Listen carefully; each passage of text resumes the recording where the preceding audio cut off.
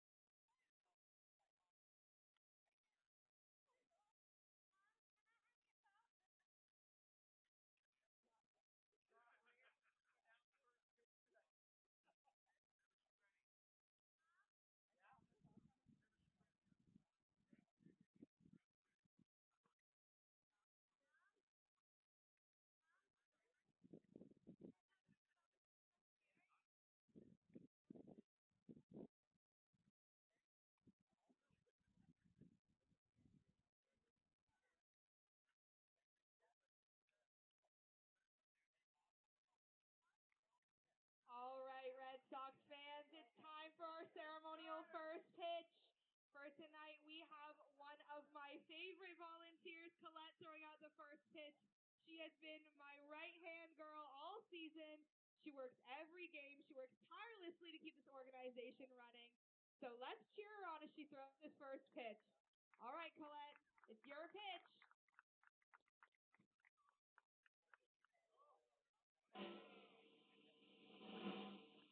Let's hear it for her, Brantford. Fans, once again, welcome to Arnold Anderson Stadium for another edition of Brantford Red Sox baseball. Tonight's Canadian Baseball League matchup features the visiting Guelph Royals versus your 15-time champion, Brantford Red Sox. At this time, please direct your attention towards the first base side for the starting lineup of the visiting Guelph Royals, managed by Dino Romel. Leading off, the right fielder, number 38, Luca Boscarino. Batting second, the shortstop, number 27, Anthony Gilbert. Batting third, the catcher, number 44, Franklin Torres. Batting fourth, the designated hitter, number 4, Garrett Takamatsu. Batting fifth, the second baseman, number 15, Miguel Geraldo. Batting sixth, the third baseman, number 40, Nate Ochoa. Batting seventh, the first baseman, number 6, Connor Morrow. Batting eighth, the left fielder, number 17, Ryan DeSantos. Batting ninth, the center fielder, number 1, Ashton Patterson. Pitching tonight for the Royals, number 20, Jacob Cush.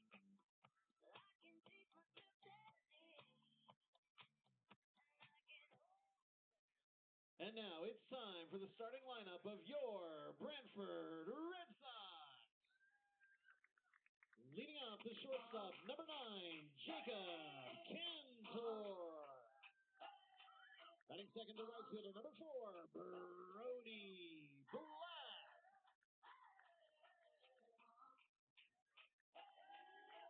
Batting third, the second baseman, number 21,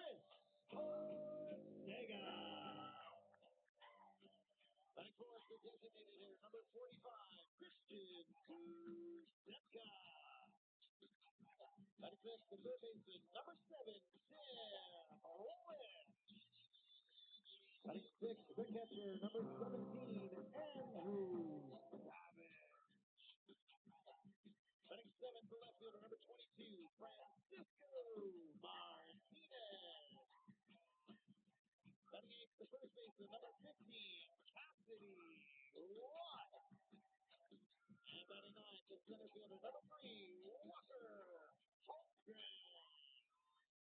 On the hill tonight for the Red Sox, number 11, Greg Rapp.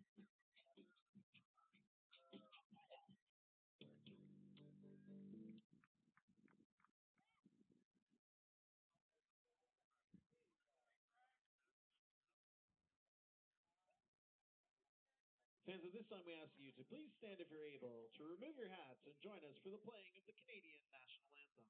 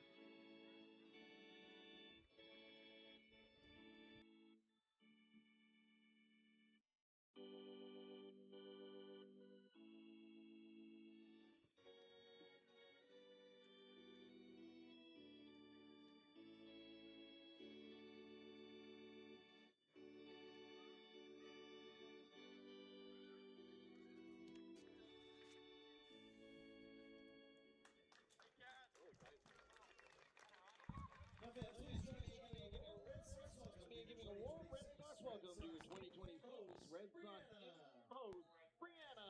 Good evening and welcome, baseball fans, to Arnold Anderson Stadium in lovely Brantford, Ontario, for some rare Tuesday night CBL action here in Brantford as the visiting Guelph Royals take on the hottest team in the Canadian Baseball League, your Brantford Red Sox. Hi, everybody. Marshall Crocker on the call, as always, joined alongside the man, the former umpire, the former bench boss, and the lucky charm of this broadcast team, Mr. Brian Hawley, joins me. We are back. We are in the final week of baseball. Only one more game after tonight, and you can tell it's an evening game during a weekday because my head is shining like a fine china dinner plate. You can see the sun still dropping below. We're hoping to avoid the sun delay here in the late stages, but we want this game to get started in a hurry because you never know when the hot streak's going to end. Brian, the hottest team in baseball with the hottest player in baseball, Christian Kuzepka, just won CBL Player of the Week, and he has been the backbone of this team, this Brantford Red Sox squad that has won 6 in a row.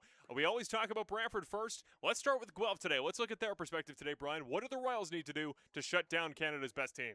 Well, the key for the Royals is, as usual, good pitching, good defense. They don't score a ton of runs, but they've got Jacob Cush throwing tonight, who is one of their best, and that's the key for the Royals. They have to pitch well. They started slow this year, and it looked like they might miss the playoffs, but then their pitching started to come around and started to look real good. So that's going to be the key for them. Get enough runs to win, play good defense behind their good pitching, and that's usually when Guelph is winning baseball games. I had the pleasure of calling a game for the Royals at home at Hastings Stadium earlier this month, and their bullpen, they pitched their best arms in that game. It is just out of this world. Usually in the CBL, you expect the scoring to kind of go up exponentially as the game goes on. You get into the less experienced arms in the bullpen. The Royals work backwards. If you're going to get your runs on, you might have just as good of a chance in the first inning as you'd have in the 6th and 7th, and Guelph is one of the few teams you can say that about. Of course, they're going to play playoff baseball later in the month of September, and that bullpen is a big reason why, and I think in a way it's kind of their special sauce because we always talk about, Brian, that starting pitching depth, that top-end quality of the starting pitchers.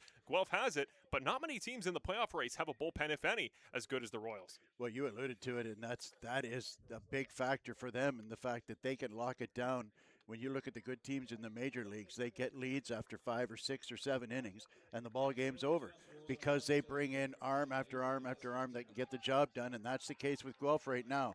And so what they're going to try and do tonight is attack Greg Rapp, who's, I guess the proper terminology would be opener tonight instead of starting pitcher. And he might get 2 innings, maybe just one, but they're a little short in the arms department at Brantford. So Guelph's rolling in here at a bad time while Brantford's hot, but a good time in a shortage of pitching. First pitch he sees is struck. Luca Boscarino puts that one off into center. The right fielder gets a good piece of it, and he finds himself with the opening hit of the day on the game's very first pitch. Yeah, and Greg Rapp doesn't have overpowering stuff, but he does have 3 or 4 pitches that he can throw for strikes. And so the key for Greg is to trust his stuff and throw strikes, get ahead, stay ahead, get them to swing the bats. The other thing that's been going on with the Brantford Red Sox, they aren't just hitting the cover off the ball like Christian Kuzemka. They're also playing some really good defense these days, too. Getting a piece of that one is today's two-hitter for the Guelph Royals, Anthony Gilbert, the shortstop. We'll run you through the offense for Guelph here. Luca Boscarino, Anthony Gilbert, Franklin Torres going to be the top 3 for the Royals. Garrett Takamatsu, Miguel Geraldo, Nate Ochoa, the two-way man there in the 6th spot. Connor Morrow, the very hot Ryan Dos Santos, surprisingly hitting all the way down to the 8th today. Ashton Patterson, the center fielder, going to close it out. That pitch wide for 1-1. Yeah, really surprised. We talked about it pregame, Brian, to see Ryan Dos Santos going to be all the way down to the 8 today. He is one of the league leaders. He might lead the league in free passes. He's a great leadoff guy. So yeah, a guy like that. Sorry, Marshall. You would expect a guy like that to be either at the top or even in the 9 hole, with a guy who is good at turning the lineup over and getting back to the top. But Dino Romel's been in this gig for a long time. He knows his team. Runner goes. That one is a hit and run, and it is put just bare to the glove of the third baseman. Not a clean play, not a clean throw. 2 men are going to be on. Holick with an error after one of the best innings I've seen him play on defense all season to wrap it up on Sunday. A little bit of a misplay on a bobble off the base that puts 2 on for Guelph. Oh, that was a tough play there. It was a bad hop, come right up and ate him up. And unfortunately, I think he is going to get charged for an error there, but it's a bad luck situation where it was a little weak 4 hopper. A hit and run was on, and all he had to do was pick it up and throw it to first, and then it come up hard and hit him right in the armpit. Some may worry the pitcher's vision getting obscured. The sun's still dropping below the tree line. Looks like the Royals offense having no problems with it. Gonna give him that one on the far side. Wrap in with a strike to open it up against Franklin Torres, today's catcher. And a real rarity in this league, seeing your catcher batting in the 3 hole.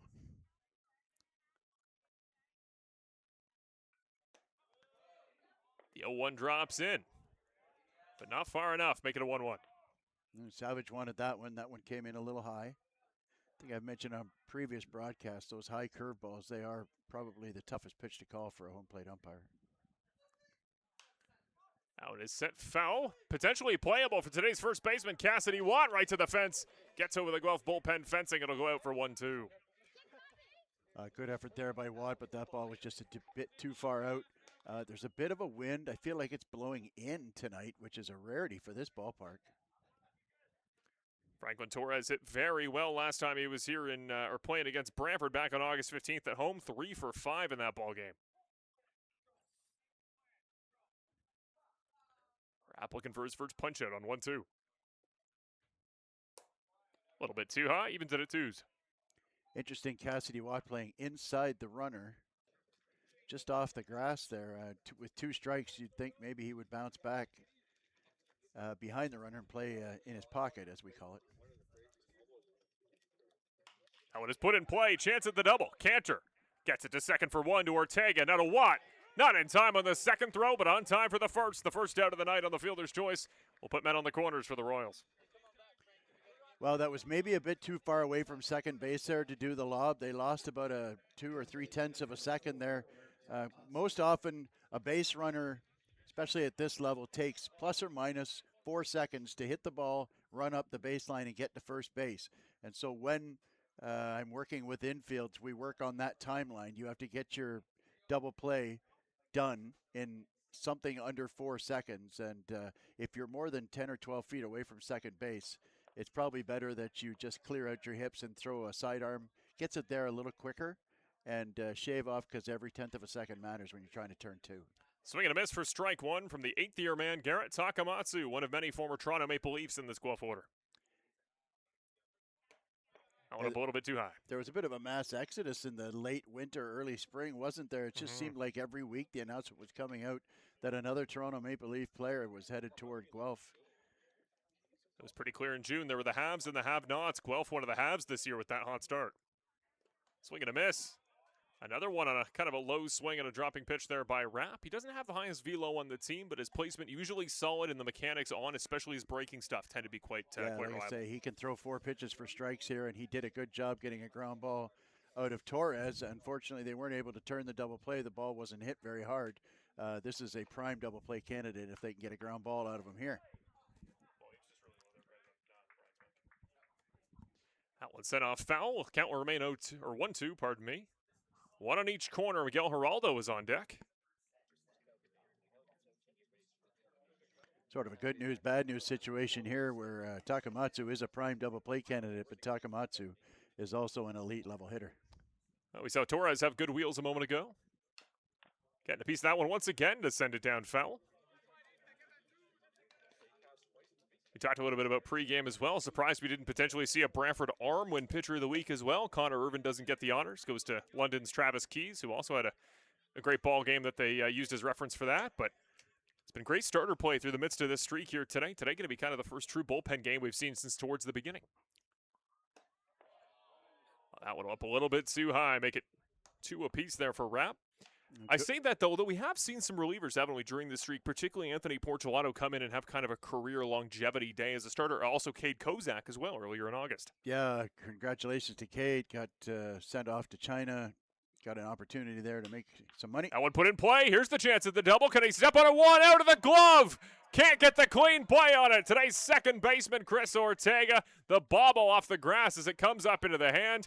Can't quite get one as it rotates, and unfortunately, that will score the first run of the day for the Royals. Well, that is brutal for a team that's been on the kind of roll that they've been on. It's a dangerous-looking harbinger. Two soft ground balls and 2 bad hops there. The one down third baseline to Holick, who would come and aid him up, and you could see if at the time when it hit the lip.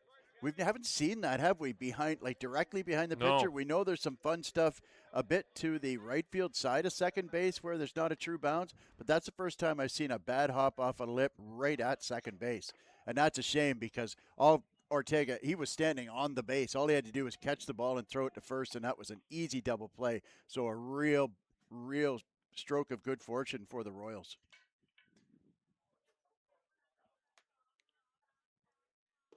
Swing and a miss on a big breaking pitch from Miguel Geraldo, the 25-year-old rookie to the league. All-star this season out of the Santiago Dominican Republic area. 36 RBIs on this season. 7 homers. He's got pretty good pop there as well. Drops in. That one struck pretty hard. Chance at a double once again. For one at second. Off the bag, doesn't quite go straight at Cassidy Watt, so they won't get the man at first, but no more runs on the board, 1 more out.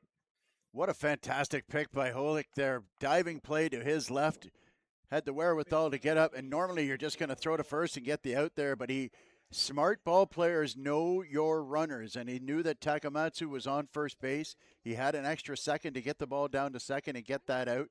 No chance really on the double play, but what a great stab by Holick there. Which will bring up Nate Ochoa, who went both ways last time he played here at Arnold Anderson. Did some pitching and relief. Hit pretty solidly in the late innings as well. Takes the first pitch he sees low for ball 1. The young 22-year-old rookie from Burlington. Good-looking young player here. He's got a bright future in this league. Swings and misses on a pitch wide, make it 1-1. Yeah, Ochoa's been consistent through the month of August. He's only got 1 multi-hit game since August 6th, but he's had a hit in every game except 1 in that span. Using up every inch in that batter's box. He's got his back foot right on the line on the back. Just misses wide there. That's an interesting pitch. What would you designate that pitch as, Brian? I can't tell by the movement. That was a changeup, I thought. It's got just enough lateral movement. I can't quite tell. 2-2. Throws him another one. Back-to-back changeups, and that's, like I say, Rapp doesn't have overpowering stuff, but he has a real knack of getting you to hit off your front foot. And, we saw the first hitter line one up the middle, but we've seen a whole bunch of soft contact in this inning. That one is struck, potentially in play. It will go out of play. Foul down the right field line. I think what's so dangerous about Rapp is he looks like he never throws the same pitch or anything like it twice. He's so good. He has so much to switch up the tempo, switch up the pace, and then even the way that he's utilizing certain pitches. I haven't seen the same batter see a same pitch utilized for the same reason as of yet.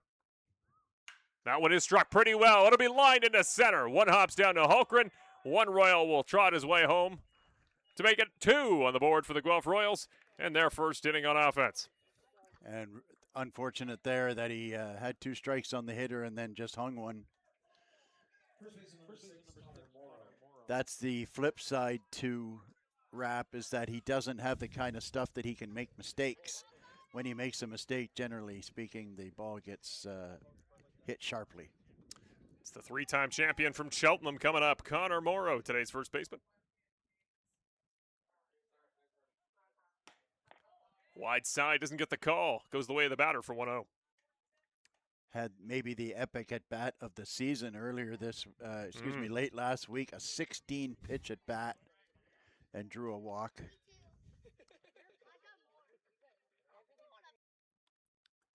That one is struck well again. That one out to left field, but Martinez might have a chance.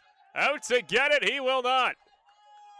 That was an absolute blast. Obscured by the sun, but the crowd reaction tells you everything you need to know. 3-run shot for Connor Morrow. His 3rd of the season, brings home 3, and the Royals go up 5-0. Well, you had a bad feeling about this inning because all of the stuff that was going on. Rapp should have 4 outs in this inning, let alone 3. But 2 terrible, uncharacteristic hops in the infield. And Greg Rapp is not having much fun out there. And I tell you what, like I said, that they had an automatic double play on Takamatsu. The 4th hitter up, he could have got out of this inning without giving up a single run. And like I said, Ortega was standing right on second base waiting for the ball to get there. All he had to do was catch it and throw it to first, and the ball takes a crazy hop up in the air and off to the third base side of the bag. Unable to pick it cleanly with his bare hand.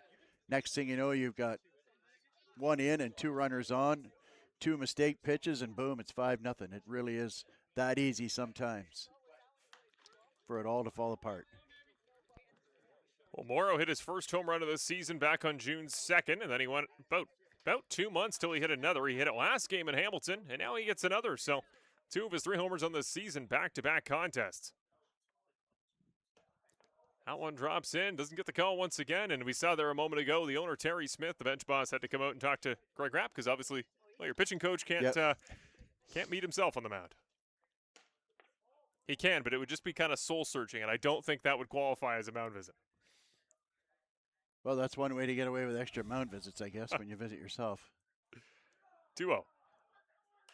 That one struck out of play, foul over the third base grandstand to make it 2-1. So Ryan Dos Santos, we talked about earlier. How valuable is he to have this late in the lineup, a true wraparound guy? And, well, you're scared to see Guelph wrap around if you're Brantford with how effective the offense has been the first time around. Gets the call on the outside, hits the black on the outside for 2-2. Yeah, this is a situation where Brantford has not been used to this. They've been getting off to such good starts during this winning streak. This is more reminiscent of what was going on earlier in the season, where a little bit of bad luck and a couple of bad pitches, and boom, it's a big deficit. Full count is playable. In playable ground, the shortest base hit you'll see in a while.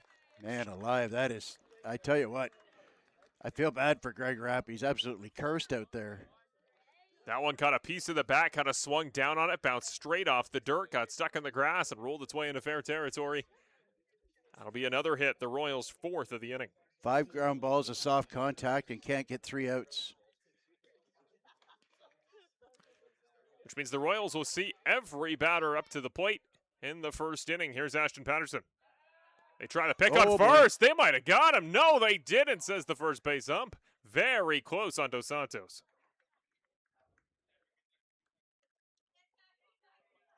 Ashton Patterson, very strong glove on defense. Dos Santos runs well and wouldn't be surprised if he went here. He also takes a very big lead.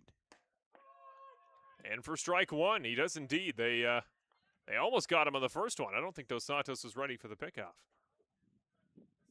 He'll be much more ready on future attempts, though. That one in the back. Now, you heard the call. It was a balk on the initial pitch. They didn't like his movement, and then the batter is hit with the pitch. Balk's not a dead ball. The offensive manager can take the result of the play on any balk, and that's what happened there. The pitch hit the batter, and so obviously Guelph will opt to get their base runner on, or excuse me, the batter on base. No surprise you'd rather opt for the hit by pitch. So Ashton Patterson will take the free pass on to first. That'll advance Dos Santos to second. And for the second time in the first, Luca Boscarino comes up.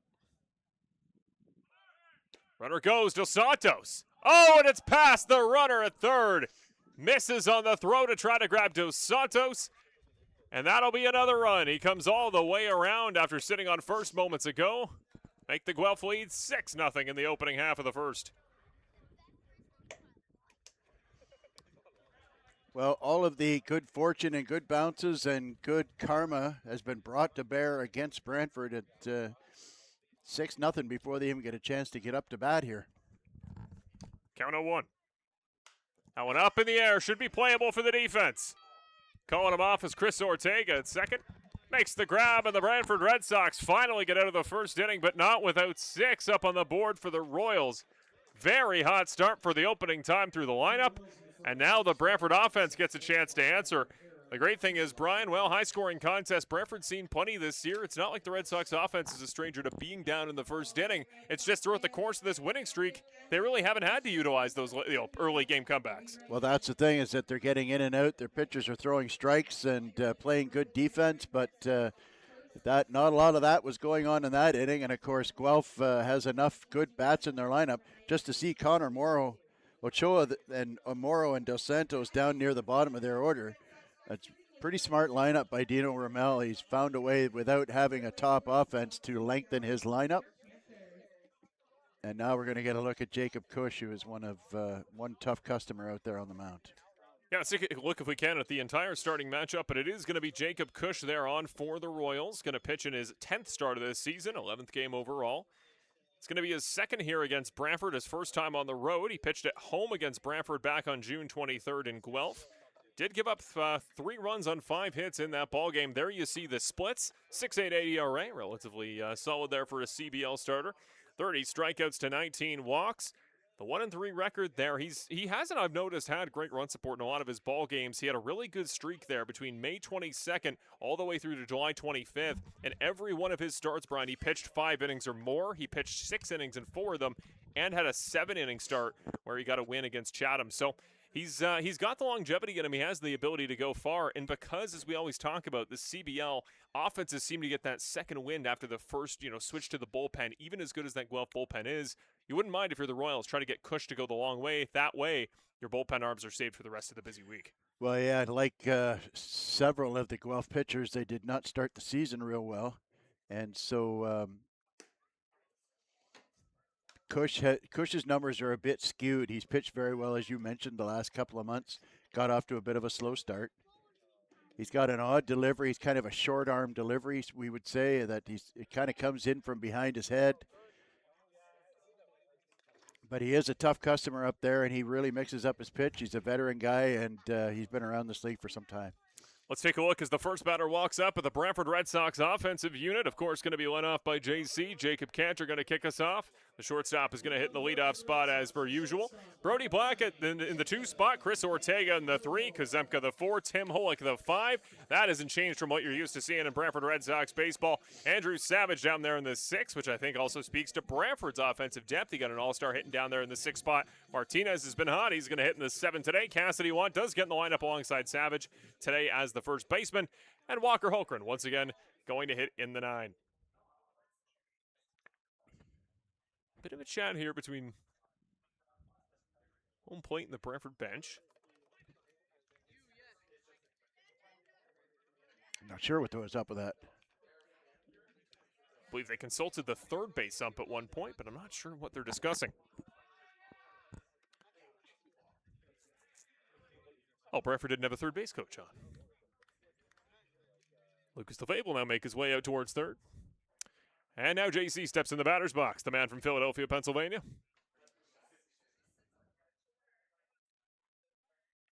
Here you get a look at the Brantford lineup.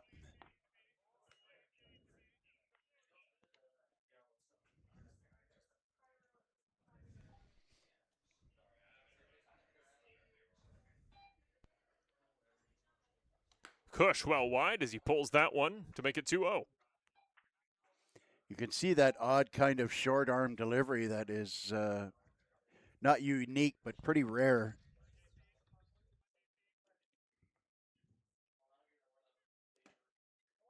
This is again, JC takes the first three he sees, make it 3-0.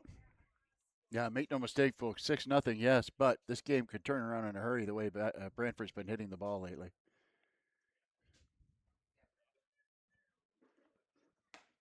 3-0 becomes 3-1, that one right down Main Street. I'll give you an idea how close to the plate Jacob Cantor likes to stand. It was a pitch that was full on the plate and yet just missed his elbow. And that one misses for ball 4. 4-1 count. We'll put Jacob Cantor on to lead off the first inning for the Red Sox.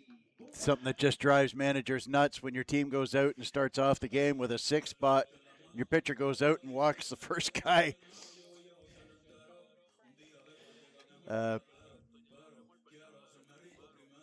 From a mental standpoint, it's important for Brantford to score at least one here and get on the board and cut into this lead, give themselves a chance to get back into this game. Next up, it's Brody Black. First pitch goes by him down the middle, drops in once again to make it strike one. We talked about earlier Ryan Dos Santos in the league battle for the top of the campaign in walks. He's behind Kitchener's Mateo Zeppieri for that honor. Well, not too far behind is Cantor. That was his 26th free pass. He's going to go for the steal, hit and run. That one is chopped in what would have been a pretty dead to right steal there for Jacob Yeah, Cantor. that's unfortunate, but when you've got one strike on you, you've got every right. We've talked about that many times, my ball club, about kind of rules for hitters. And it's tough to take a second strike, even though you know your man got a great jump. If there's no strikes, then you obviously take and let him steal. And that is strike 3. 3 pitches, all three the same result. Cush with his first punch out of the ball game. Oh, Brody Black dumbfounded by that one, clearly above the belt. Especially after Greg Rapp was struggling to get that call in the top half of the inning. Which will bring up Chris Ortega. The big bat, of course, the two-time All-Star. Last year All-CBL. He'll be in consideration once again in 2026, you got to think. Cantor might go again here. Oh, he's in trouble. Close, very close on the pickoff attempt. No dice. Cantor back in time. Cantor sure looked like he was going there. I think this time he feels like he can get a real good jump off a cushion. He wants to get there before the hitter has a strike on him. There he goes. Runner goes again, a hit and run again, and once again, the ball put foul. Just feels a little bit out of sync there with Cantor's. Well, he had that base stolen too, and that was, it's a surprise that Ortega swung at that pitch.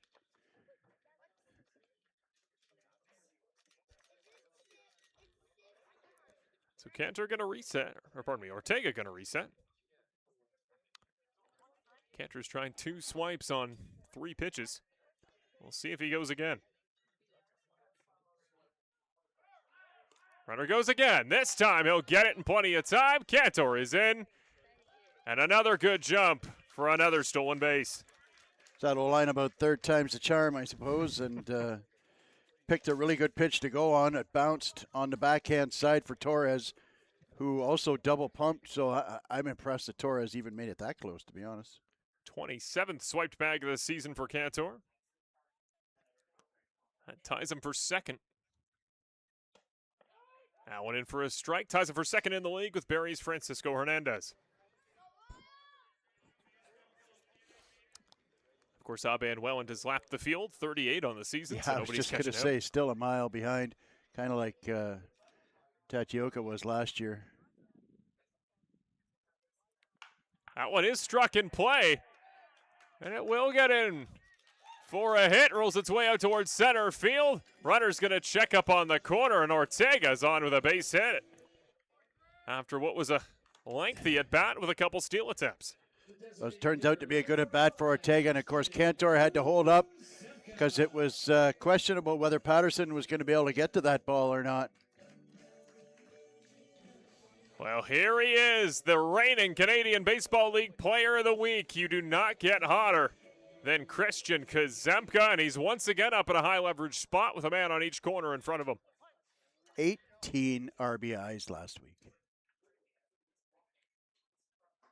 That one is fouled back at us, but he gets at least a piece of it. That's a season for a lot of guys. It is indeed. I gave the stat yesterday. Not the last past Saturday, but the one before. He had 9 RBIs on the season. A Saturday later, he had 27. That is how good number 45 has been. Almost gets a piece of that one. Swings past. Kush goes up 0-2. Tim Holick now the man on deck. Kazemka is going to take a moment.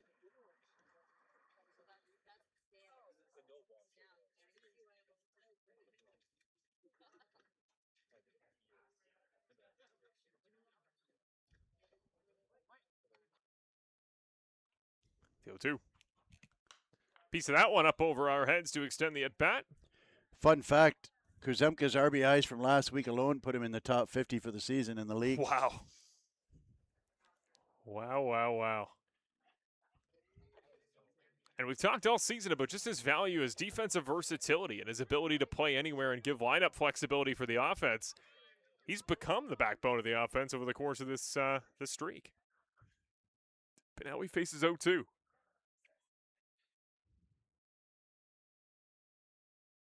That one is struck out towards left field. Chance at the play by the left fielder. It's going to be close.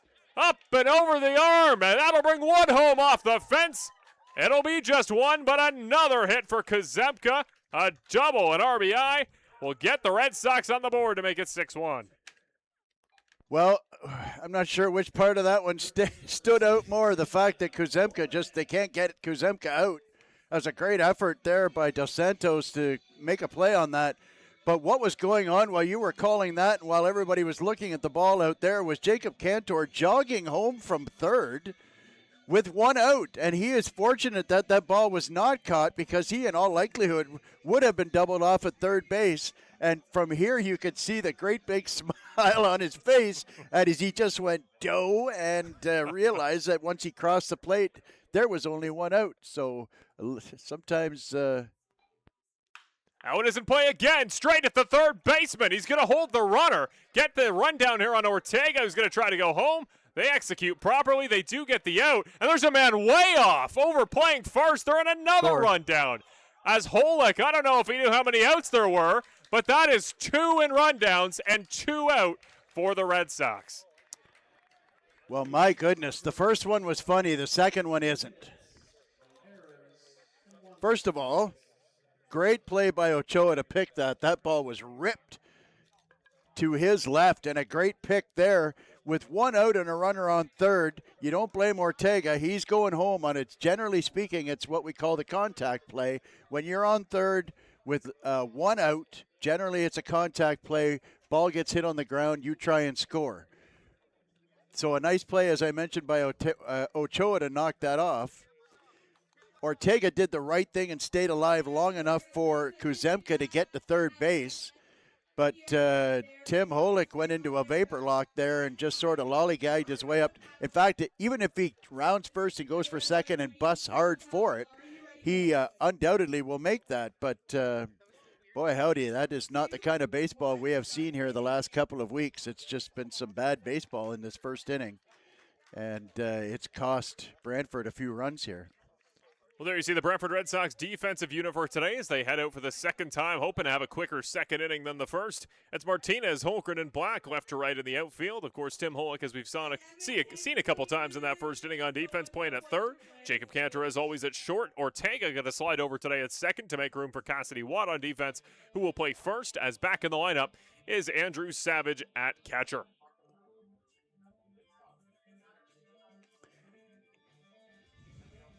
It's going to be Anthony, Gilbert, Franklin, Torres, Garrett, Takamatsu, the next three up here for the Guelph Royals. We want to thank each and every one of you for watching, whether you're watching from Brantford, from Guelph, or anywhere in between. We thank you for joining us on Mr. Lubin Tires, Brantford Red Sox Baseball. Again, a rare Tuesday night game. This is a reschedule, I believe, from all the way back in, might have been middle of July. This ball game was originally scheduled to be played. One more home game for the Brantford Red Sox after tonight. That is back here at home on Saturday. That's the home finale this season against the Kitchener Panthers for the Brantford Red Sox.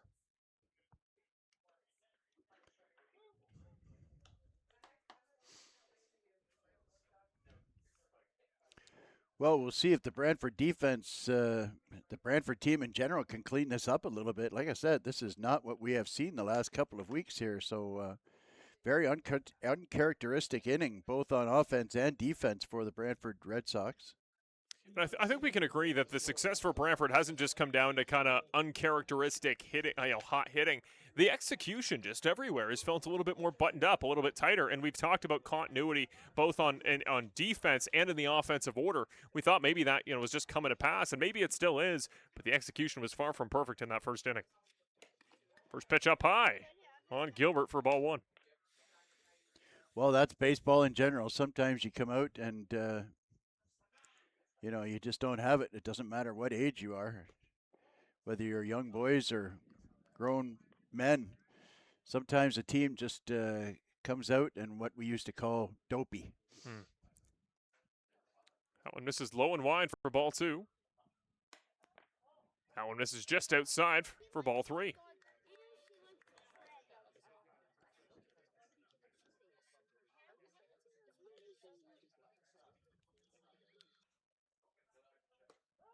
He gets a call on the far side. That's for strike one.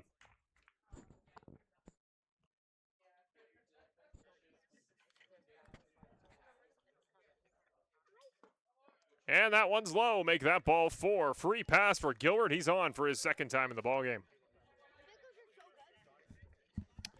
Well, that's a real shame. There are two singles and a double in the first four hitters, and the Red Sox come away with only one run.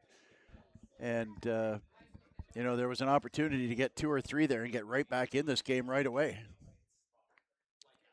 Which will bring up Franklin Torres here. He got on a fielder's choice an inning ago. That one is struck in. It will get down. Another liner over the head of the infield. Rolls its way out to Martinez to advance the runners. Already the fifth hit for the Guelph Royals. I think that's going to be it for Greg Rapp. It's been a revolving door, essentially. Royal comes up to the plate. Royal gets on.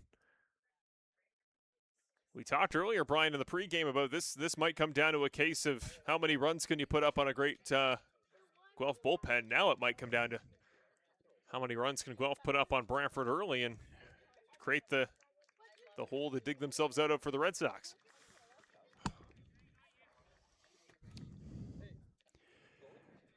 Yeah, they're going to need to get somebody in here who is going to get through a couple of innings unscathed to give the batters a chance to get back in this game. I think it's Serrata. I believe you are correct.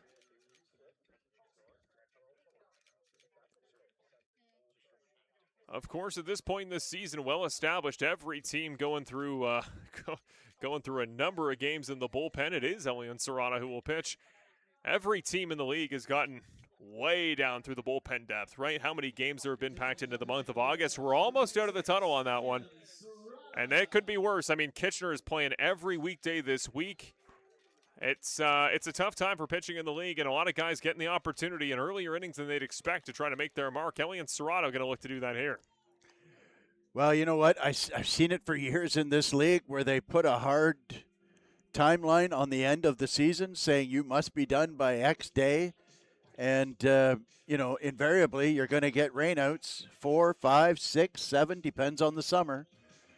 And, because this is not a league where you want to pay a couple of grand for a bus to drive from Welland to Barrie when there are thunderstorms predicted, and it's just a realistic part of the league. And so I've always wondered why they don't have a week schedule at the end of the season for games to be made up. But that's the league. That's the way it's been for years, and that's how they do business. So here we are again. Pretty much every team has at least 4. Some teams have 5 games this week, and Brantford's one of them.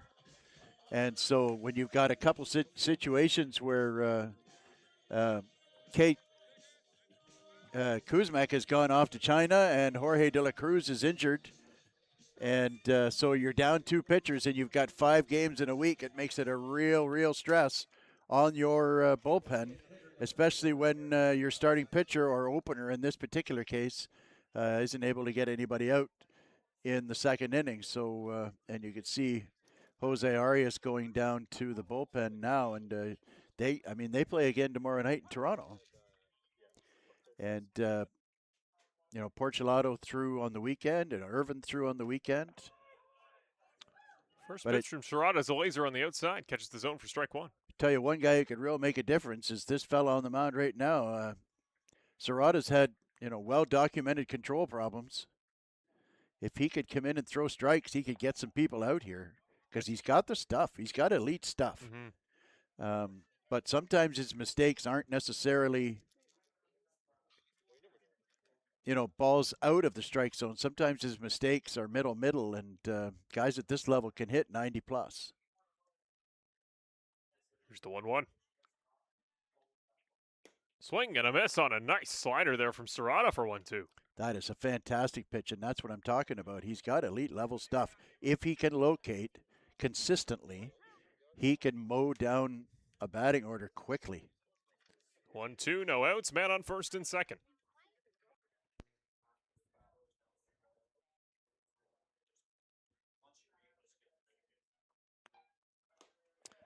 Another chance at the slider. Does miss just outside to make it 2-2. Real nice play by Savage there to get a short hop on his arm side there. Had to get his glove right across his body to pick up that short hop. That was not an easy play.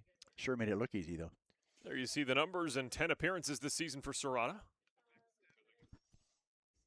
That one up over the head of the batter. Wild pitch will advance 2, and Serrata's right out to try to make the play on it himself. Watt gets there first, and they'll hold him on third and second. And Takamatsu just had his life flash before his eyes. That was right at his head. And a fast pitch. That's a lot of velo to be getting up towards the dome there. Takamatsu's fine. He'll reset on a full count. Serrata, this is 10th appearance of the season. 5 for Kitchener and 5 for Brantford after being traded midseason. Brantford hoping for the same thing that Kitchener was hoping for, that he'd figure it out and start throwing consistently. So now the infield's got to come in for Brantford. They don't want to let this get away on him early. Pulls that one wide. Ball 4 is Takamatsu going to take the second free pass of the inning for the Royals. Well, they wanted that one. You could just see at second base Ortega kind of jog in like he got a strikeout. But the one thing that compounds your problems when you are not consistently around the zone, when you've got pitches that come in an inch off the plate, you're not going to get those calls because you've got an umpire who knows that you're struggling with your control. Conversely, if you're dotting I's on the black all night long, if you get one that comes in a half inch or an inch off the plate, you're more likely to get that call, right or wrong. That's how baseball works at all levels. First pitch up high facing Miguel Geraldo, who grounded out his first time up.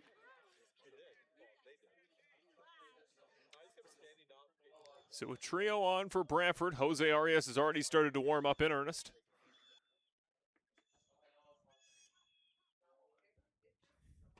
That one drops in on a nice breaker, 1-1. That one had some... just like I said, when he throws a nice one, it looks pretty. Had some zest out of the slider with plenty of drop, 1-1. Another attempt, but that one misses wide, make it 2-1. Savage, you can tell, was on his toes. Doing a really good job snagging a couple of these wide. Nate Ochoa now on deck. Geraldo looking at 2-1. Up a little bit too high for ball 3. One more would bring home Guelph's 7-run.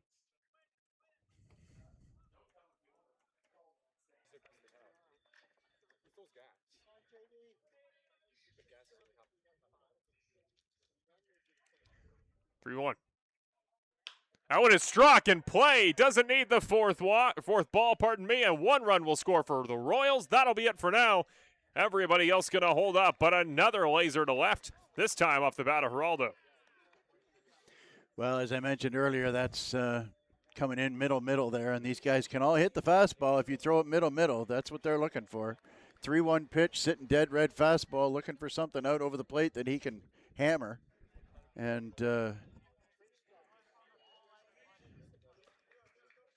only a pop-up there by Boscarino to end off the first inning has interrupted what would have been 8 straight base runners on for the Royals. Ochoa trying to keep the streak alive. Well inside, up towards him. Wild pitch will bring a run home and advance the field. The Royals take an 8-1 advantage.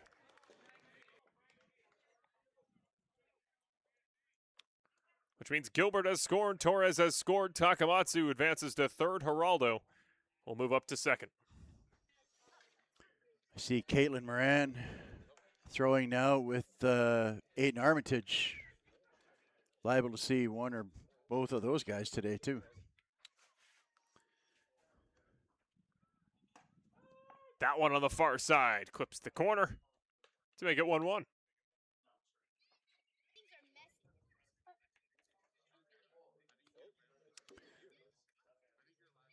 Ochoa had an RBI there. Actually led off the scoring back in the first inning. Up high. What a grab by Savage. I see the Red Sox infield in at 8-1 with nobody out. I'm not sure.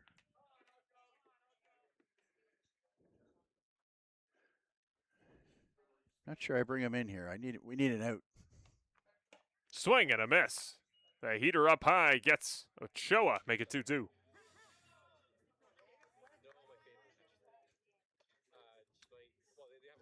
Connor Morrow is on deck. He had the 3-run blast out to left field last time he was up. Yanks that one a little wide. Call goes the way of the batter to make it a full count.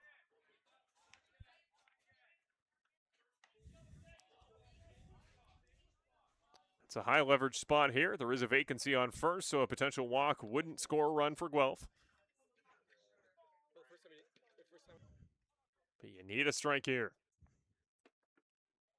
And he gets a strike here. Misses on the heater. First punch out of the day here for the Red Sox goes to Elian Serrata.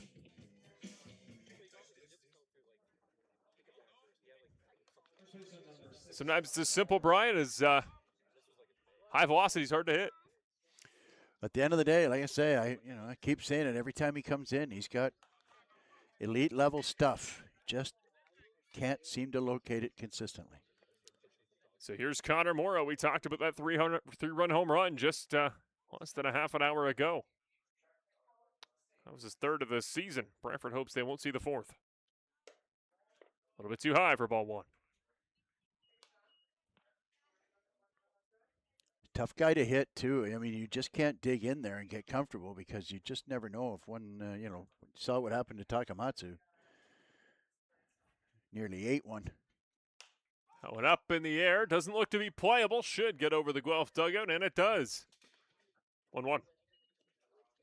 There you see our cameraman, Ryan Kennedy. We're glad to have him back on first base camera today. Of our staffing issues for the month of August meant he's had to be clutch. He's done a great job adjusting to a role as director. He's back where he belongs on camera, and that means we're going to get all the good shots, all the tracking shots, all the parking lot shots. That's my favorite, watching the kids go for the ball out there.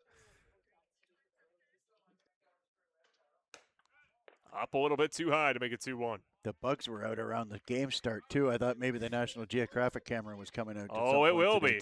You did a tease there, Brian. You don't even know it. We got a segment coming up for all you lovely folks. 2-1. Swing and a miss on another heater.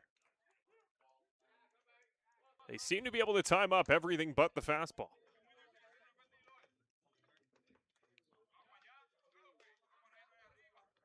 One out, 2-2. Ryan Dos Santos, the man waiting to hit.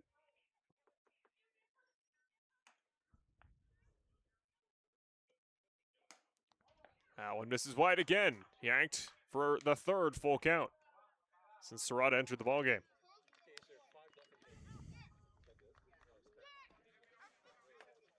First one was a single to Geraldo. The second one a punch out on Ochoa. What will we get here against Morrow? That one is struck very well. Is that another off the bat of Morrow? Yes, it is. Unbelievable night for the first baseman. Connor Morrow finds pay dirt again.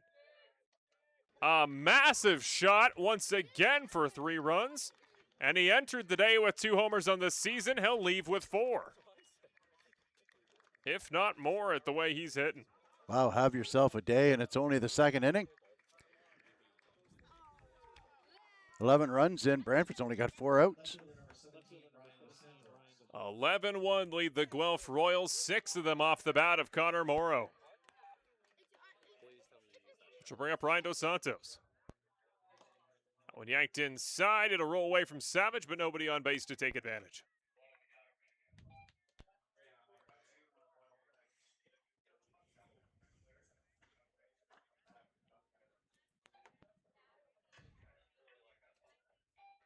And you can bet Terry Smith would like to make a move here, but he needs outs. That one is yanked well wide of the plate. Just a bit outside. Oh, there's a dog. Look at this guy. The furry friends out in force here in Brantford. This little guy sitting on the first base line. Pitch misses high and a little bit inside. Dog's asleep, Brian. We're not even through the second inning.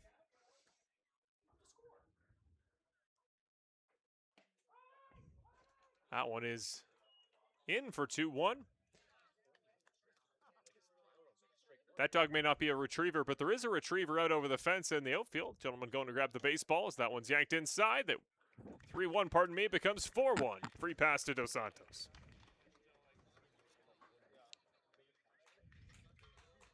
Really feels like the home runs in Brantford have been picking up as the season's gone on. More so for Brantford than the opposing side, but that's 2. A rare double, a rare duo, I should say, of homers to left by Connor Morrow. You really don't see too many out there, but now it feels like, Brian, remember we had that one game, 5 balls, caught the windway, got out to the Terry Summerhays side in right center. I don't know if we've seen a right center homer since then. That was months ago as that one's up high. They're pretty rare, that's for sure. I can think of Kuzemka hit one over there, but other than that, not much. Excuse me, not Kuzemka, Holik. Ashton Patterson was hit by a pitch last time he was up. That one misses high for 2-0. Still see some action there in the bullpen for Brantford. Obviously, Guelph's is vacant as Jacob Cush went well through his only inning he's pitched so far. Down Main Street, 2-1.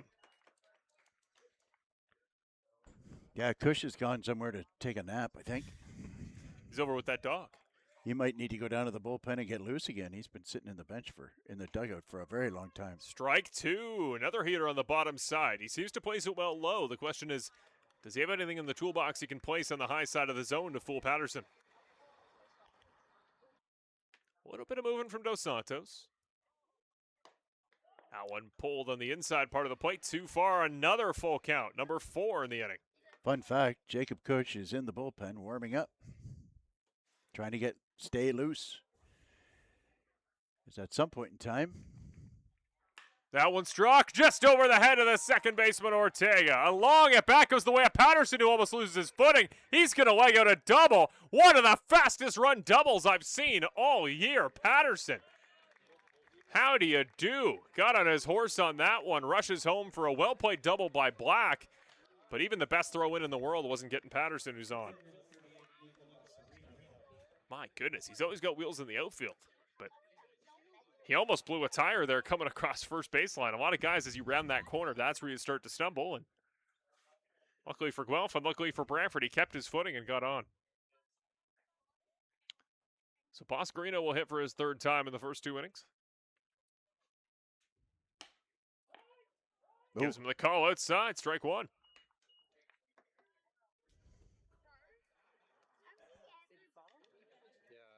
So Dos Santos on third, Patterson on second. Gets another one. Starts him out 0-2 here. Boscarino got on with a single to open the ball game on the first pitch anybody saw. Since then, he popped up, and now he's down 0-2. The slider's pulled well wide. Another nice grab by Savage.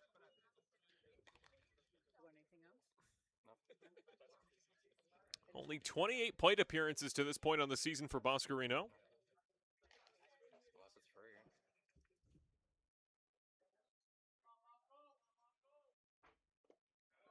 Nice movement on the slider, but it drops too low to make it 2-2. And kudos to Savage, who's still bouncing around behind the plate there, a true professional, giving it all he's got despite the situation.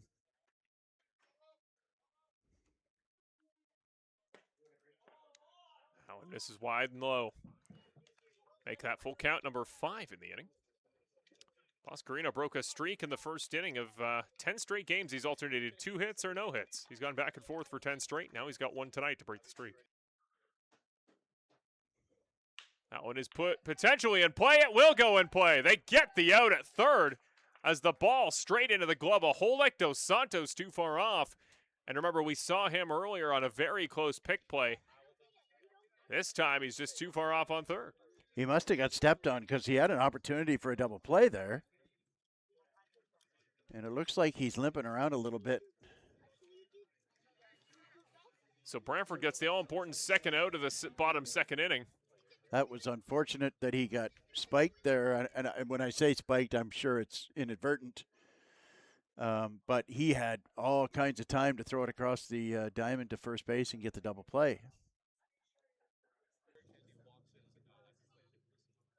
Yeah, he's still trying to shake out that right leg there. That one's up high there on Gilbert.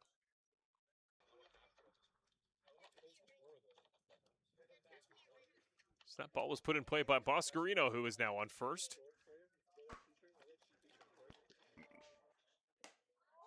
They give him the call on the outside. Strike just on the edge. Gilbert today got on in the first inning. We're still not sure. I believe they scored at a single. That was the potential error there on Holik. And then walked, later scored. An inning later, he scored both times today. Tries the same spot, doesn't get the call that time. Goes 2-1 the way of Gilbert. 3 at-bats in 2 innings.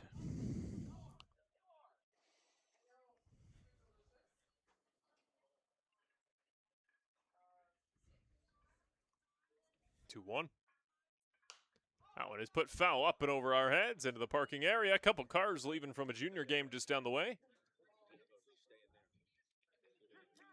Almost a rare moving car getting hit by a baseball in the parking lot. Serrata shakes off a couple. Gets a call he likes. Here's 2-2. Nice movement on the slider. Misses the barrel of the batter, but he'll get enough of it to once again put it into the parking area. That young man is ready to intercept ball. Oh, it's dangerous, though, Brian. There's moving cars. It's more of a Frogger game, really, than a go grab the baseball. Worth it for the free candy bar, though. Stay on the log, kid. Stay on the log. Movement on the slider fools Gilbert. And a quick tag, and they are out of the inning, but not before the Royals add on more damage. The visiting Guelph side leads 11-1 after an inning and a half. We're going to take a quick break right here on Mr. Lubin Tires Brantford Red Sox baseball. Don't go anywhere. In 90 seconds, we'll be right back for Brantford's second time up to the plate.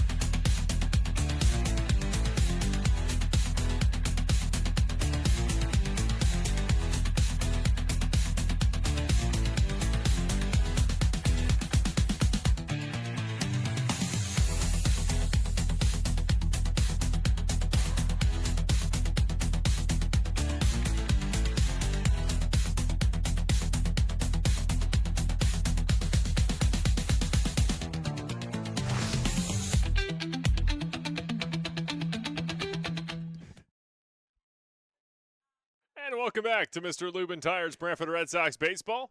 We thank you for joining us. Marshall Crocker alongside Brian Hawley here in the booth tonight. Brantford is going to be back up to bat for their second time in the ballgame. We're already past 8:10.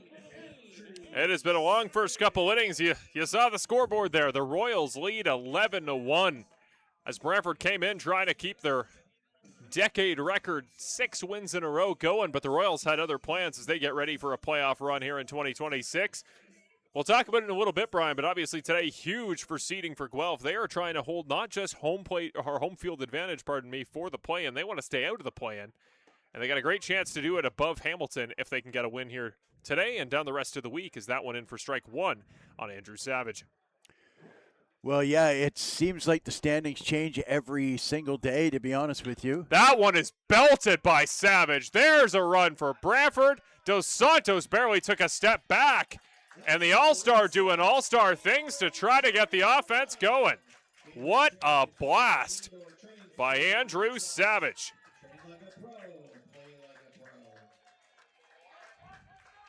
Ninth of the year, 12th of his career for Savage. Well, in fairness, Jacob Cush is under the mode of throw strikes. Get it over the plate, get him swinging. And unfortunately, he doesn't have the velo to go middle to an all-star, and Andrew Savage really put a charge in that one. He saved Dos Santos some cardio. He knew from the second that was off the bat that he wouldn't have to play it. Center fielder Patterson getting back out to his post. Quick delay. Martinez going to get the gloves ready. We talk about it. I know we give Kazemka and a lot of these top stars a lot of the credit through the run, but Martinez has been a very important piece. That one in for strike one on the outside. Well, we're so happy for Francisco Martinez, who really struggled when he first showed up here. But he, sometimes you just got to put your head down and do the work. And that's what he's done. And he's back and he's hitting the ball well. He's given them a really good left field. That one drops low for ball one.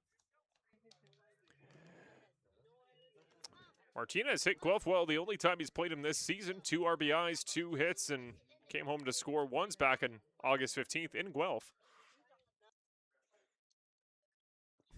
Gets a piece of that one and cranks it out to right. With a one-hop to the right fielder, and Martinez is on with another hit for the month.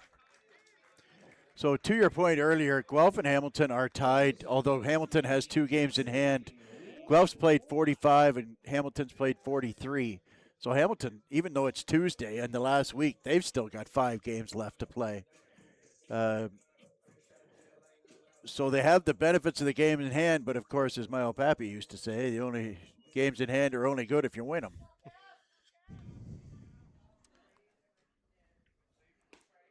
That one down Main Street for strike one on the BC boy. Cassidy Watt, today's first baseman, will try to join the offensive party. That one is pulled low and wide there. Nicely blocked by Torres. 1-1. Tough situation for Cush. He was probably sitting in the dugout for 25 minutes. Had to go down. That's something I don't recall seeing that. Where a pitcher pitches 1 inning and sits so long at the end of that inning that he's got to go down and do another bullpen session to warm back up before he goes out for his second inning. That one up in the air over the first base grandstand. Well, what did we talk about pre-game there, though? Guelph's bullpen depth and how good they are pitching on the mound in the late innings. You'll really want to take the advantage early. Unfortunately, for at least the first inning and a half, it has been anything but for Brantford. You're going to have a hard time climbing that offensive mountain there when you get to the really good Guelph bullpen arms. 2-2. Misses the barrel. Down on strikes is Watt. Second punch out of the day. First swinging for Jacob Cush. Which will bring Brantford to the end of the lineup. It's Walker Holmgren in the 9th spot.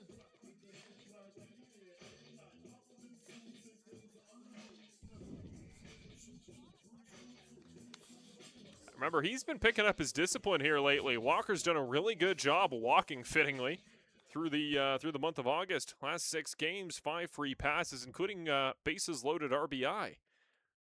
Last game on Sunday, misses that one for strike one. To put Cantor back on deck, 1 out.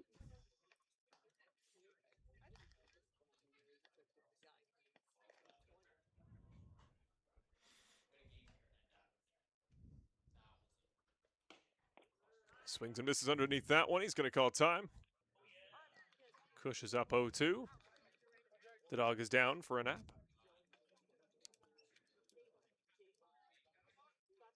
I feel like he moved. He did. He flipped over. It's a dog's life. 0-2. Martinez. That one up high and wide. Nice take by Holker to get back to 1-2. We talked about on the base pass there, the more threat Martinez has been. He hadn't seen a ton of steals in his time here in Brantford, especially this month, but remember, 4-time leader in stolen bases in the Cuban National Series. Swings and misses for strike 3. Cush gets a pair of punch-outs to start getting the second inning back on track. Oh, Walker is really swinging for the fences there, even with 2 strikes. Trying to pick up a couple of runs for his team in a hurry there. So Savage, the solo shot, brought the Red Sox back to 11-2. Cantor going to try to make it 11-4. That one is put once again, blooped into right field. That's been the area the Red Sox have found hits so far today. In with a single, back on base for his second time is Jacob Cantor. Nice piece of hitting, didn't get all of it, but he didn't need to. Bloops it down in front of the right fielder.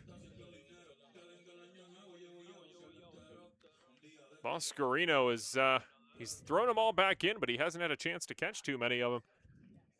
Next up is Brody Black, who went down on strikes. His first time up.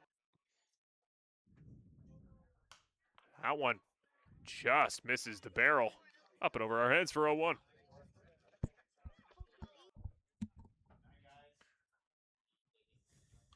It's very well known the amount of pop in the bat of Brody Black, and one swing here could make the lead a lot more tenable.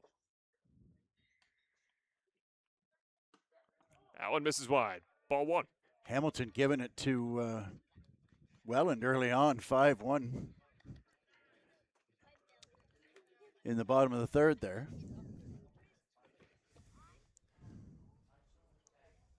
1-1. That one is struck. Foul, though, down the third base line. Yeah, still a chance with how close that top 5 is. Still a chance Welland could be in the play-in. Yep. Now, they would host it. Not enough games in hand for Barrie to catch them, but Guelph and Hamilton both just 2.5 games back. Hamilton doing well. Guelph obviously doing well here tonight.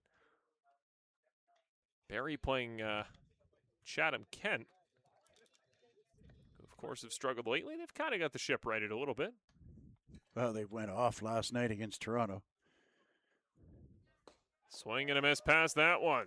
Sat down and with a K for his second time tonight, and that will finish off the bottom of the second. Now the Guelph Royals, they open the door a little bit, but they don't give up much. The Red Sox cut the lead to 11-2.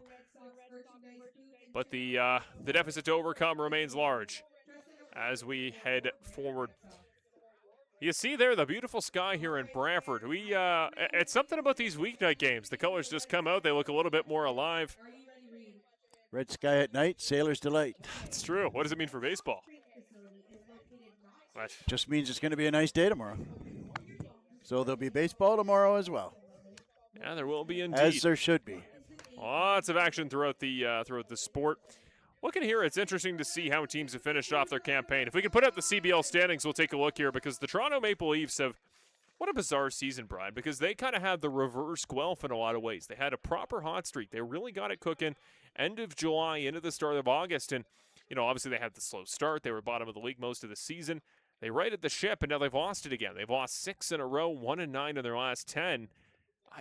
I don't really know. It's just up and down fluctuations. Baseball is a uniquely hot streak and cold streak driven sport, and it's another one of those situations where because we get to August, the much publicized playoff race kind of dropped out in the middle of the month with like 15 games left to play.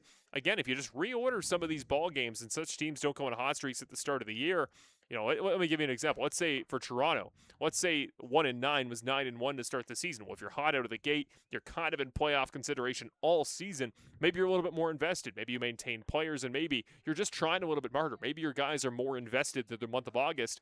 But if you have the drop off at the end and you're already out of consideration, you don't really have a chance for a get back, do you? At least not emotionally. Well, you look at Barrie, and they got off to such a great start. First month, they were probably the best team in the league first month of the season, but there they are in 5th place now. Toronto, you look at Toronto, and we've seen Toronto, 5 times? 5 times this month, yeah. In the last 3 or 4 weeks. And Toronto can't seem to win at home, and Toronto can't seem to win on the road. And Rob Butler, their manager's failure as a manager is that he can't seem to find any place else for them to play. So, if you can't win at home and you can't win on the road, their pitching's not good, their lineup isn't deep.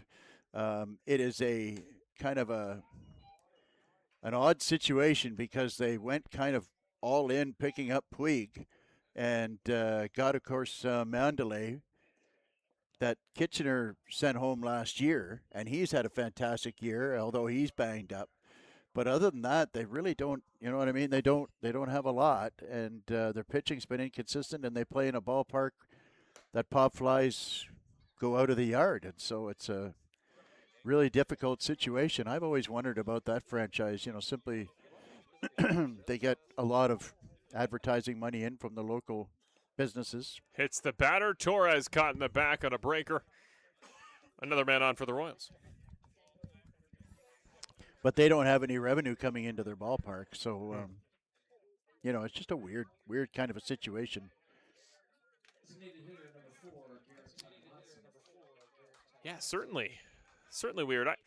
It is a team. Yeah, you see some of the videos, you see some of the footage. Obviously, a team that they've had success throughout the course of the 2000s here and there, since the turn of the century. And yeah, you see the games. Obviously, it's on paper. It's a great place to watch a game. It's a fascinating setup. They got great hill, plenty of visibility, and again, if you like homers, right, it's a team that you're going to produce offense, and offense sells, but.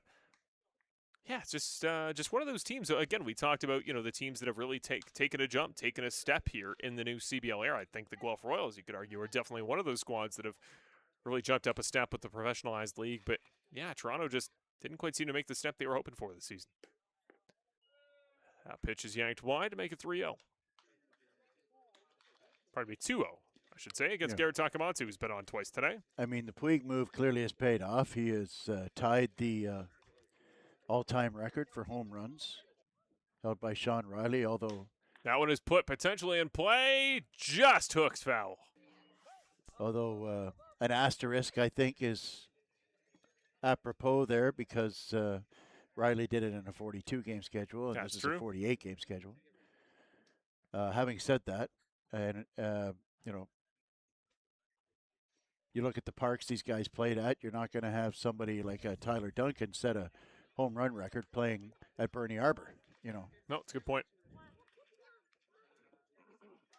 2-1 the count. Serrata facing Takamatsu. Gets him the call wide. Strike on the outside part of the plate. Takamatsu looking at 2-2.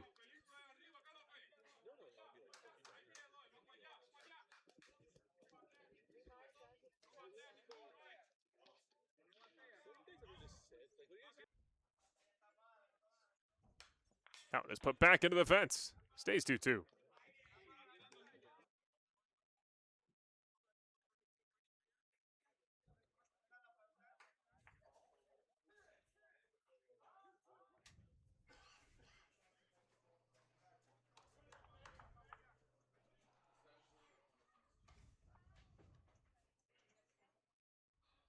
Swing and a miss. Very nice slider by Serrata for his second punch out of the outing. The one thing, Guelph with their new ownership, they really wanted to come out of the gate hard. And, like I say, they didn't pitch like they can for the first month, but they certainly are better now. And it's kind of a bittersweet year for them because Dino Ramel has made the announcement that this is going to be the last year for him as manager. And I don't know how many exactly years that he's been around, but he was around before when the CBL was the IBL. He was around when the IBL was senior intercounty, before the IBL was even a thing, and was the I told the story. I think I've told the story on air before about him being the first manager in the IBL that I ejected. All right, right. And that goes all the way back to when St. Thomas was still in the league. 1-1. Anybody who has seen Guelph play periodically knows that Dino is a fiery guy, and when he gets a bee in his bonnet, he likes to let everybody know how he's feeling. Remember, the only manager in IBL history to win a title for 3 different teams. That one up and over the head. What a grab by Savage. My goodness, to keep that off the fence. Well, the defense, you always worry about getting flat-footed in these longer nights. Savage is anything but. Savage will sleep well tonight. 3-1 the count. And, yeah, of course, I want to finally congratulate Ramel on inducted this year into the Guelph Sports Hall of Fame. Obviously, plenty of great sports names have gone through Guelph, Ontario. Swing and a miss past that one. Another full count. Should be noted, too, that his longtime bench coach, Paul Andy, is going to be retiring along with him. I had a nice chat with him before the game. 71 years old, still throws batting practice. Wow. Full count here. That one misses for ball 4. Is that a pretty common thing, do you think, Brian, with that your bench coach or that your staff? I know it's a big thing in football where it's kind of a package deal. Your coaching staff is so tight-knit. Often they come from the same tree, kind of the same nucleus. They travel as a group. If your head coach leaves, your coordinators kind of go with you. Is baseball kind of one of those sports, too? Is it typically that tight-knit between your head coach and your bench bosses? Well, the thing, yes, and the reason for that is that generally the manager brings on the bench boss. Using it for an example, at 23, when Bill Matish gave me a call on a January morning and asked me if I could come on board and help him out. And, when the manager leaves, the bench coach is his guy. You bring in a new manager, and he's probably got his guy. And I think about even all the way up to the major leagues when Joe Girardi was the manager of the Yankees, and he had Rob Thompson. And then Rob Thompson went over to Philadelphia, and when the manager was fired, then Rob got the job there. And so it doesn't always work out that way, but, certainly in the case of Guelph, if you're looking for a true definition of the word continuity, that you get that with the Guelph Royals with Dino and Paul, that's for sure. So it's Nate Ochoa who's 1 for 2 today. The 1 was an RBI single. The 2 was a strikeout to this man, Elian Serrata, who's now down 3-0.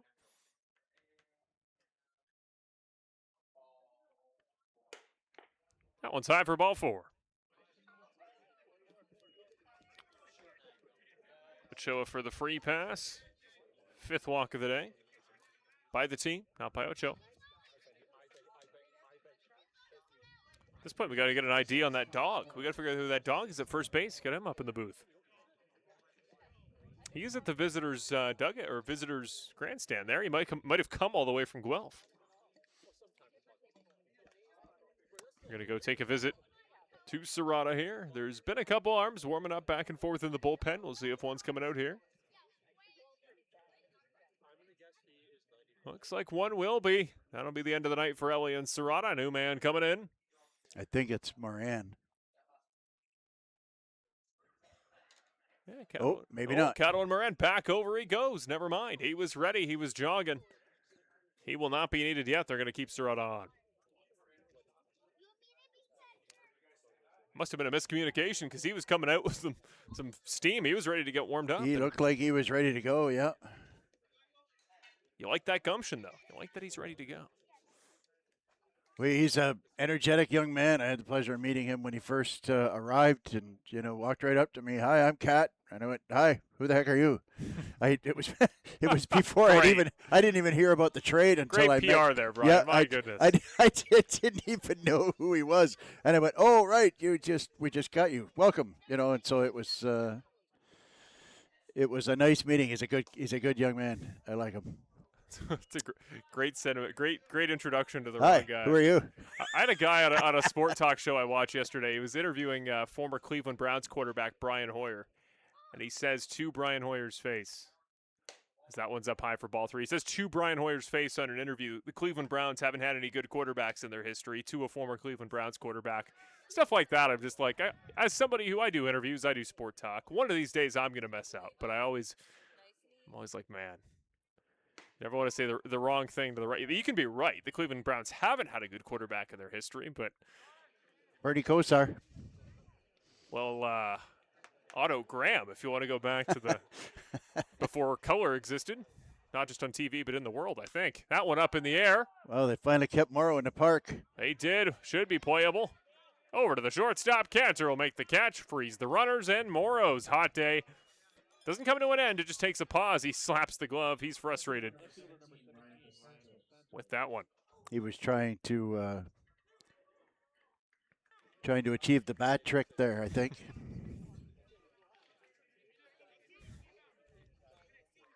I wonder how rare the bat trick is relative to the immaculate inning. What's rare? That one's high and wide. I think I looked up. There's only been about 120 immaculate innings in the history of Major League Baseball. Right. So I think you can count on the bat trick being more common. Swing and a miss. Big hack there by Dos Santos. He's been on both times he's come up today. Single, later scored in a walk. I noticed the visit to the mound from Terry Smith was a pretty one-way conversation. At the end of the day, you're a professional pitcher. Throw strikes. And certainly it worked. He threw strikes tomorrow and got him out, and he started Dos Santos off with one as well. Harry's in for a strike. 2-2. One more strike would end the inning.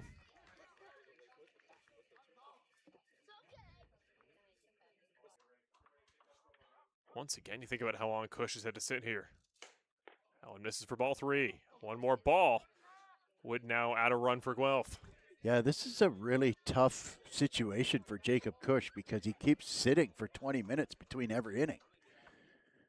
As long as this inning's been no runs on the board yet for Guelph. Runners.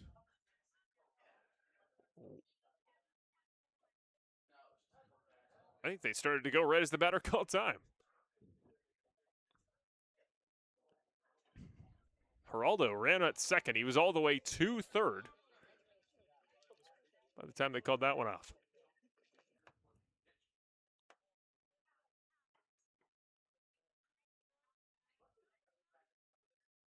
Three-two. Runners jog away. That one sent foul. There you see the swarm has begun, Brian. It's always the storyline here in the night games. Yeah, any night we don't have a decent breeze blowing, the bugs show up and they hang out and they... Full count becomes a punch-out. Dos Santos goes down on strikes, and Elian Serrata comes up and he gets out of the inning. A couple base runners, but they're all stranded. The lead remains 11-2 Royals. 6 hitters, only one actually put the ball in play. Let's take a moment here to thank our partners with Brantford Red Sox, Mr. Lubin Tires Baseball. They've been all season. We only got 2 more games to thank our great partners for making this broadcast what it is. And let's start it off. Mr. Lubin Tires, the title partner here on the broadcast. Your place for all things car maintenance, car service, anything to do with car repair. And myself, my car battery is doing anything but working at this point in the season, and I'm heading straight into winter. So if you desperately need to change something in your car and have been putting it off like me, Mr. Lubin Tires in Brantford or anywhere you may be, it's your place to do so. Montana's Barbecue and Bar. Well, I missed it. You know, obviously tonight we've been talking about Taco Tuesday with the girlfriend at Montana's Barbecue and Bar. Obviously it's not tonight because I'm here, but it's coming up soon, and it should be for you as well. Your place for all things social outings, whether it's with a group, just yourself, anything. Head to Montana's Barbecue and Bar at Brantford or surrounding areas. Check out as well Rib Night.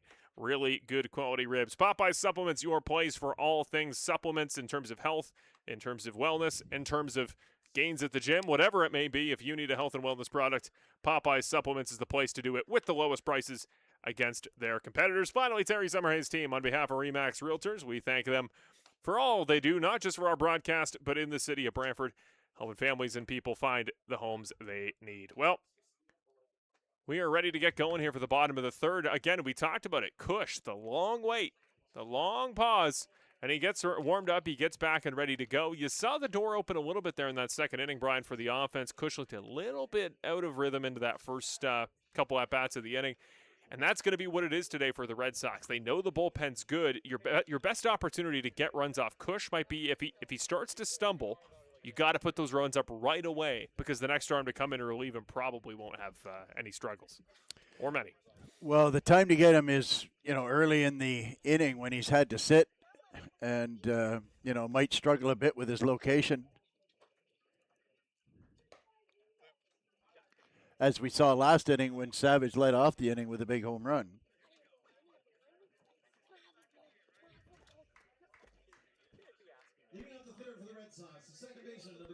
Well, today's second baseman, Chris Ortega, will start the Chris and Chris doubleheader. It's Ortega, Kazemka, Tim Holick. The three we will see in the inning, and all three did get on base an inning ago, or pardon me, 2 innings ago. Remember, there's some success for the Red Sox offense in the first inning. There's the big home run shot by Savage in the second. Will the pattern continue? Ortega just misses with the barrel.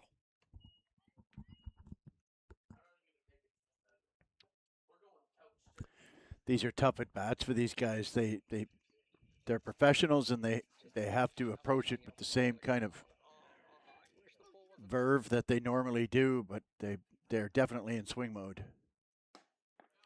Pulled wide, Ortega takes for ball 1.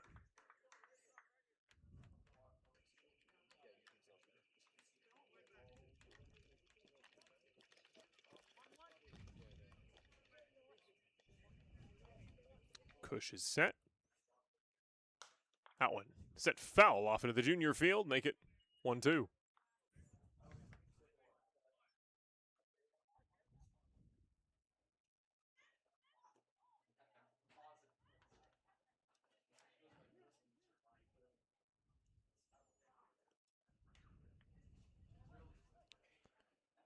Cush facing Ortega, who singled back in the first.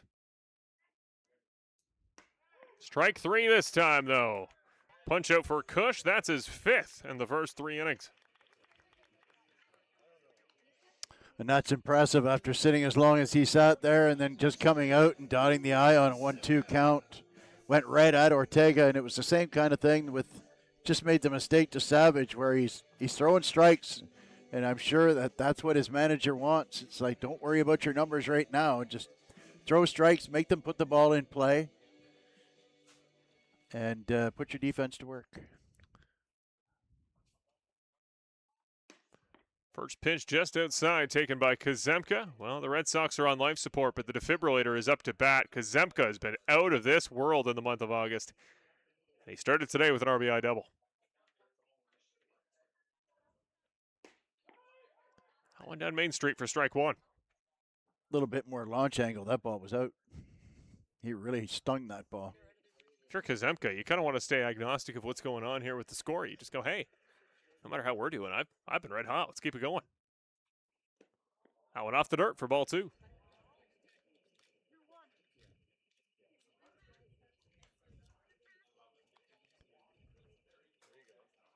Yeah, it's important when you're in green light mode. You don't want to think too much. Just see ball, hit ball. One of the best CBL Player of the Week campaigns we've seen all season by Kazemka. Got the award with flying colors. 2-1. That one is struck again. Is that got a chance to go? Dos Santos is back, and he makes the catch at the fence. A couple more feet, and Kazemka would have had another one. Just barely stays in the ballpark. Pretty sure he broke his bat there. That was, yeah, he did. Wow. That was about, 4 feet from the fence. That's, you're going good when you're breaking your bat and you make the outfielder scrape his back against the wall. Holy mackerel. It's like he had a genie talk to him on August 1st and gave him his first wish was, I want the strength of 3 men, to have a bat-breaking shot that nearly clears the fence. The only downside to that is when you're coming off a week where you had 6 home runs and 18 RBIs, you don't want to break your bat. Well, the CBL Player of the Week, they get that free bat, remember. I hope that wasn't the one. I'm pretty sure he's using that same bat. I don't have empirical evidence here, but I am pretty sure when you are the hottest hitter in the land, you're not going to switch bats. Feel confident saying that. No, you don't have like a Tuesday bat, a Saturday bat. No, you have a I'm hitting everything bat, and you use it till it breaks, which is now. So now he can break into that freebie. 0-2, 2 outs. Swings and misses past it. He's going to try to leg it out, and Holick. He was going there. Almost a dangerous play. Tripped him up there a little bit was Morrow, but he is okay. That's the 3rd out. We head off to the 4th. We'll take a quick break for 90 seconds. When we come back, we'll get ready for the 4th inning here on Mr. Lubin Tires. Rare Tuesday night CBL baseball presented by Mr. Lubin Tires.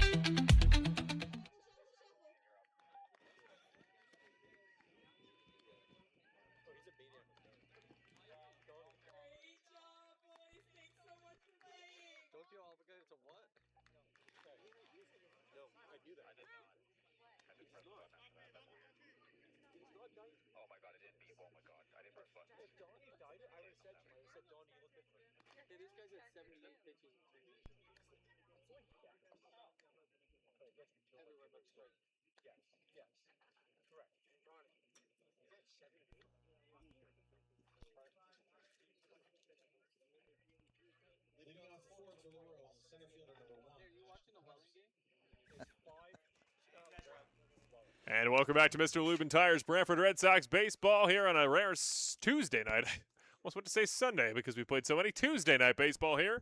Marshall Crocker alongside Brian Hawley. Welcome back. We thank you for joining us. If you're a Guelph Royals fan watching on the road, we got good news. Visiting side leads 11-2. Strike on the far side starts it off for Elian Serrata's 3rd inning on the mound. Well, I tell you what, Serrata got on a roll after his manager came out and gave him a tongue lashing. He got 2 in a row out, which is a first, I think, and started Patterson off with a strike. So we'll see where this goes. Out and misses high and wide for ball 2. Terry Smith's getting his money's worth. 76 pitches for Serrata as he starts his 3rd inning. For 76 pitches in 2 innings. That one is in for a strike on the close side. Nice pitch there to make it 2-2. This is Patterson already up for his 3rd time. He's been on twice today, hit by pitch and a double. But he won't be a 3rd time. Swings and misses past it. Serrata's 4th punch in.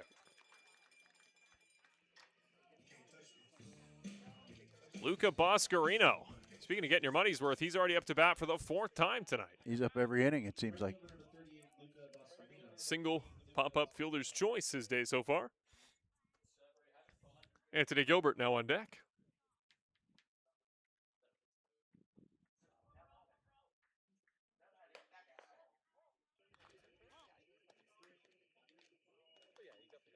Misses high for ball one.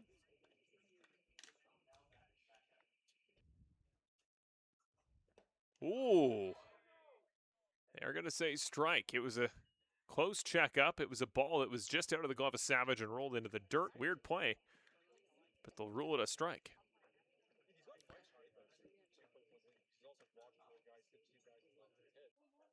Crosstown Hamilton.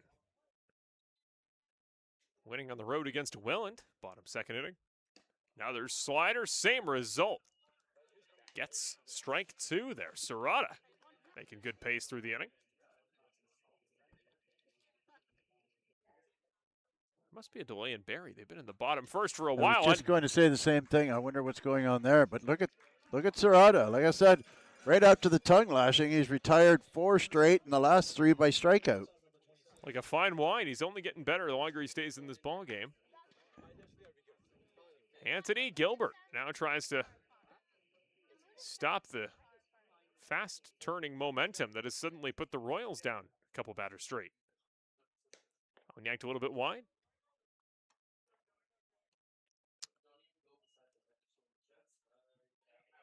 Probably the happiest guy in the ballpark is Jacob Cush, that he won't have to wait 20 minutes between innings the way it's going now.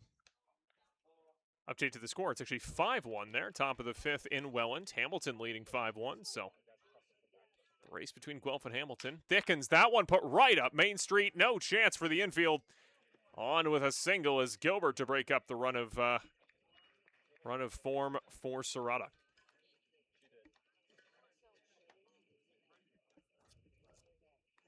Which will bring up Franklin Torres, who's been on all 3 times today. One of them by a fielder's choice, one of them by a hit by pitch, though. Impressive for Hamilton because the Hamilton road split is the only split, home or road, in the top 5 there, Brian, other than Barrie at home, that is negative, is below 500. There's 2 ratios, home or road, for the top 5 teams that are you'd consider below average, and that is Barrie 11-12 at home, and Hamilton 10-11 on the road. They're trying to make it 11-11. Yeah, it's not hard to figure out, is it? When you look at the 4 teams that are not in the playoffs, you see 6-15, 7-14, 6-16, and 4-18 for the 4 teams that are not in the playoffs. So any one of those teams is anywhere near 500, and boom, we've got a playoff push race. But the one positive ratio below the playoff line, Brantford's 13-9 home record. Which they were, I know they were 9-9 at one point. I'm not sure if they were 8-9.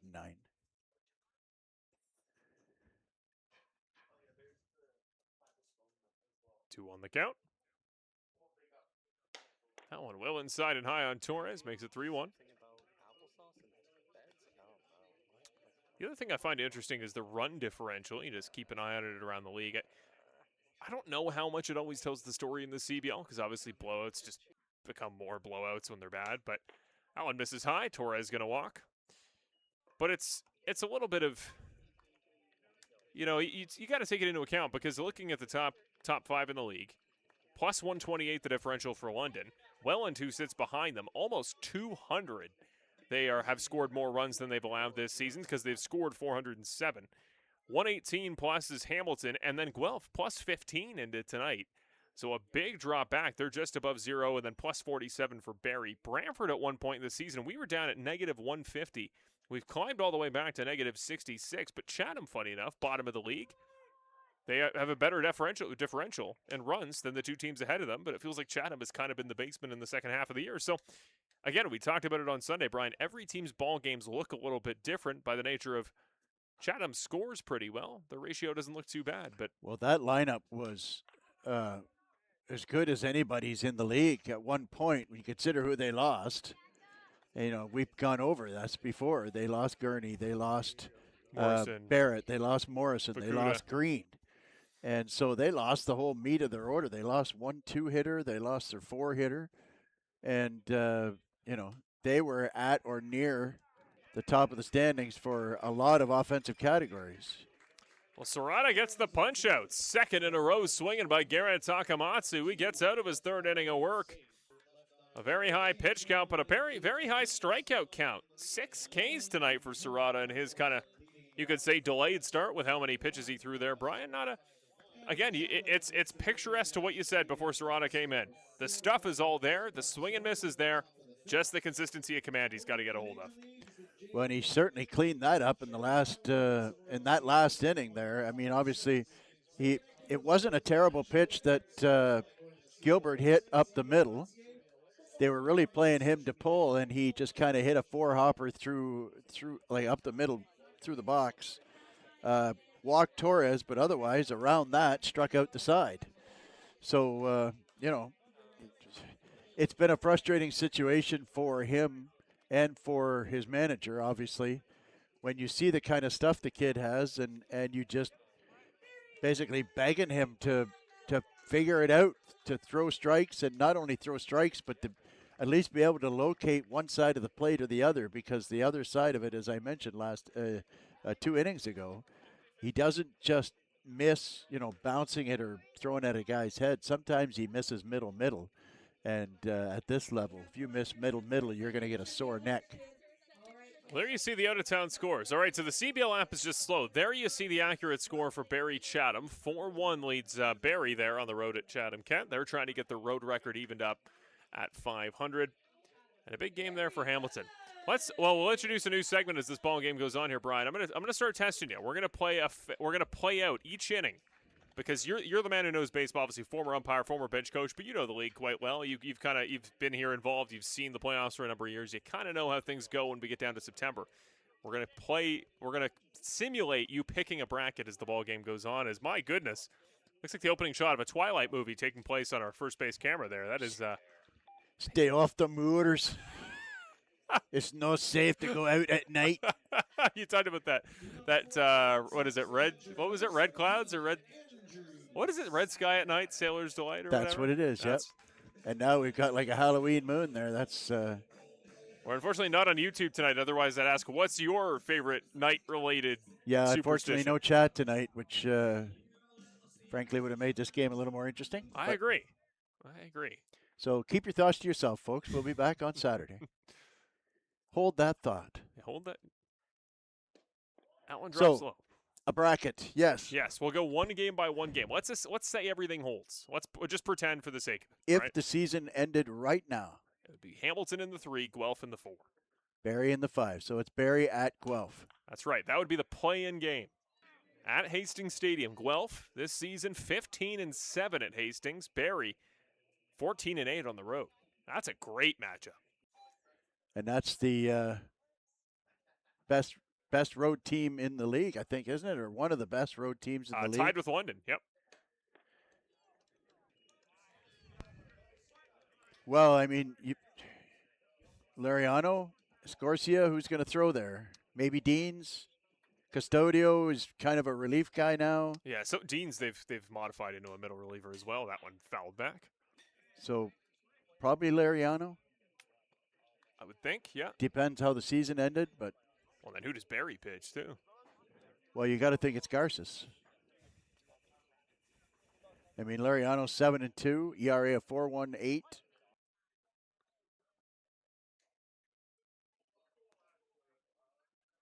Oh, this is high and wide. Here's a question I should know the answer to, but when is the play-in game relative to August 29th? What's the turnaround? I don't know. That I don't know, because the game, like the season ends on the Sunday. Mm-hmm. And so that will certainly have to do with availability, and that's the thing when you're doing a play-in game.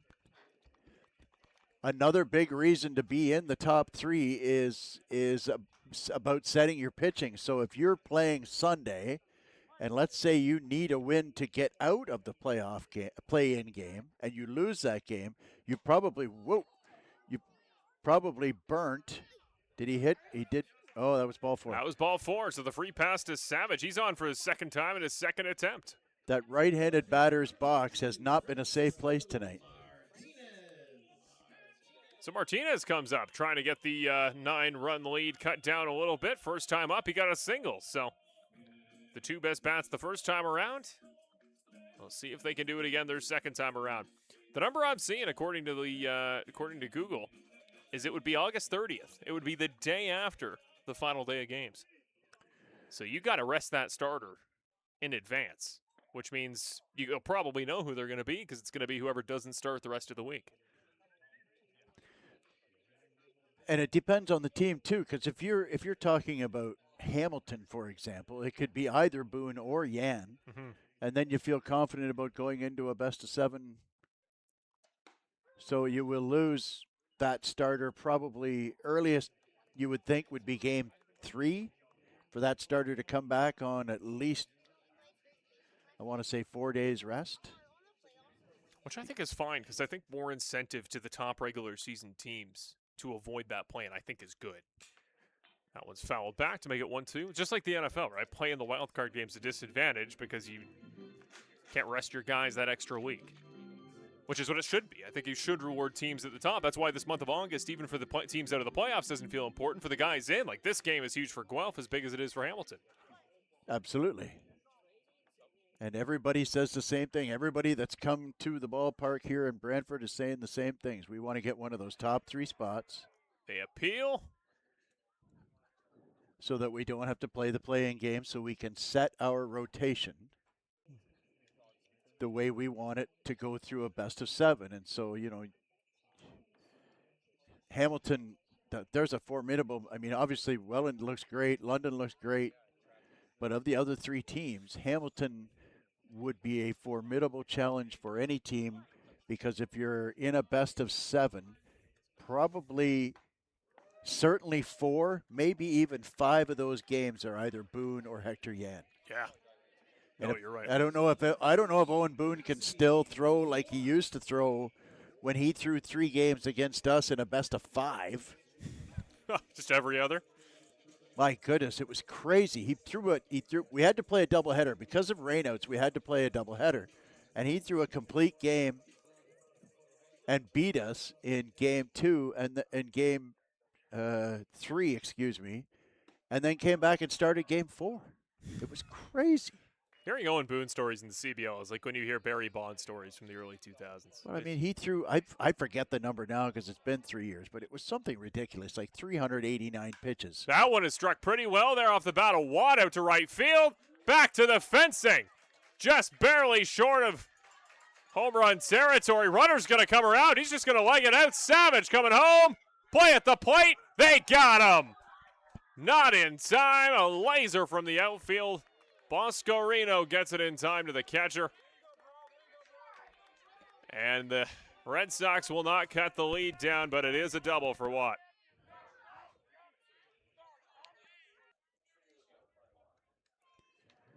Well, a dangerous send there. I'm not sure. It's when you're down by 9, only 1 out, and a chance for second and third up there. It was a very risky send unless you're absolutely sure. But especially when you think about it, you had the catcher running. Both catchers, technically, are running on that play. Sometimes you just need to be a little bit patient, and you don't want to trade an out for a run when you're down by 9, and it's only the 4th inning. So patience would be the key here. So it was a risky send, and the throw beat him by a good margin. Credit to Boscorino. He threw it on a rope. It was perfectly placed. Savage looks like he did some kind of a hook slide there where he tried to get out of the way and then get the hand down. And the way he reacted after the play, he thought he had it. He thought he was in there safe. And, of course, the umpires executed the rotation necessary. So the first base umpire was in making the call at the plate. And he was right on the play. He was right there. That one is struck very well. See ya, baseball. Holmgren cuts the lead to 7 off a towering shot at home. That ball carried the batting cage. He always hits the moonshots when he's here at Arnold Anderson. Holmgren, his second of the season, both of them at home. A big blast for 2 will score Watt. This is now an 11-4 ball game. And to my point earlier, that is a run lost by Brantford there. That would have been 11-5. Exactly. And obviously every run matters now. And having said that, that old line about hindsight being 2020. Which will bring up Jacob Kadri. You can hear the positive sentiment. Terry Smith there sitting on the bench. We're coming back. We're coming back. And since they went down 11-0, they are indeed. That went in for a strike. Pardon me, they went down originally, I believe it was 5-1, and then up to 11-1, and now it has started to trickle back. Sorry to correct you. I think they got 6 in the first. You're right, yeah. 5 in the second. With the 3-run homer by Morrow capping that off.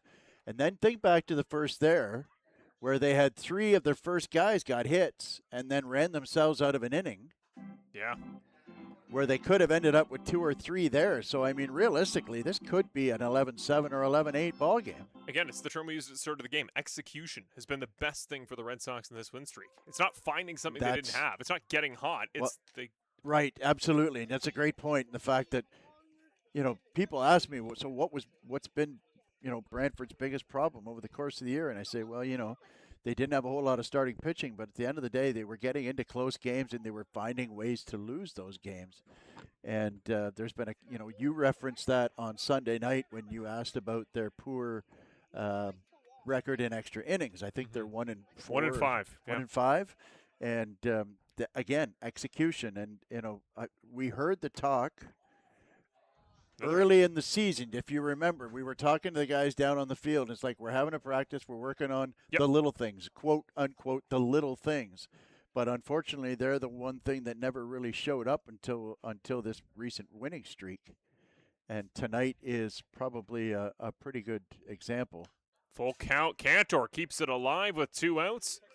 Had a really nice take to make it 3-2 there. Gets enough of that baseball to keep this one alive.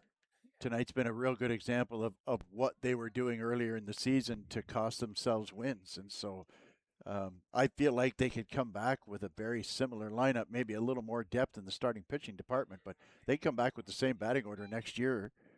Cantor gets a piece of it, but it should be playable out into shallow right. Boscarino gets under it, and they get out of the inning, but not before a couple more go up on the board. Walker Holmgren with an absolute laser. Makes it 11-4 over the right field fence. And that will at least make this game feel attainable for the Red Sox offense when they come back. But first, Serrata has to try to get out of another inning. He's gone now at this point, like 3.5 effectively. We'll see his pitch count here. I want to double check it because it is 76 going into the last inning. So he's got to be 92, I think I heard. Yeah.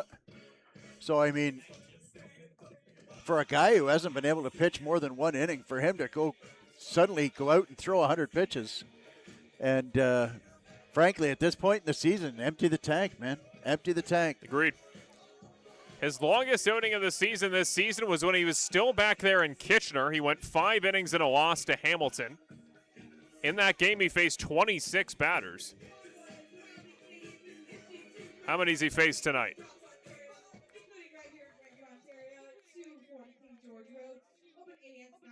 He would have faced about somewhere in there of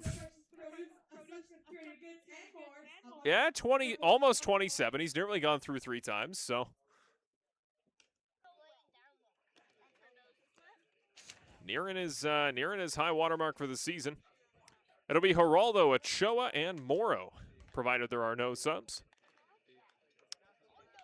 At least it's a beautiful night in Brantford there, Brian. At least the temperature's nice. The bugs haven't eaten us alive yet. The biggest hornet I've ever seen was hovering above us in the second inning, but he's since left. Ryan Kennedy still holding it down there for us on camera. We thank him as well. It's can feel like a long night for the pitchers. Obviously, the cameraman out there as well. He's out in the thick of it, doing a great job here, keeping us alive. Also glad to have Brandon and Serena back there from vacation. Of course, they picked the win streak to head off, and they come back and, well, you see the scoreboard, so we'll be sending them away. It's been a pleasure. Thank Brendan for his time here on the Red Sox broadcast.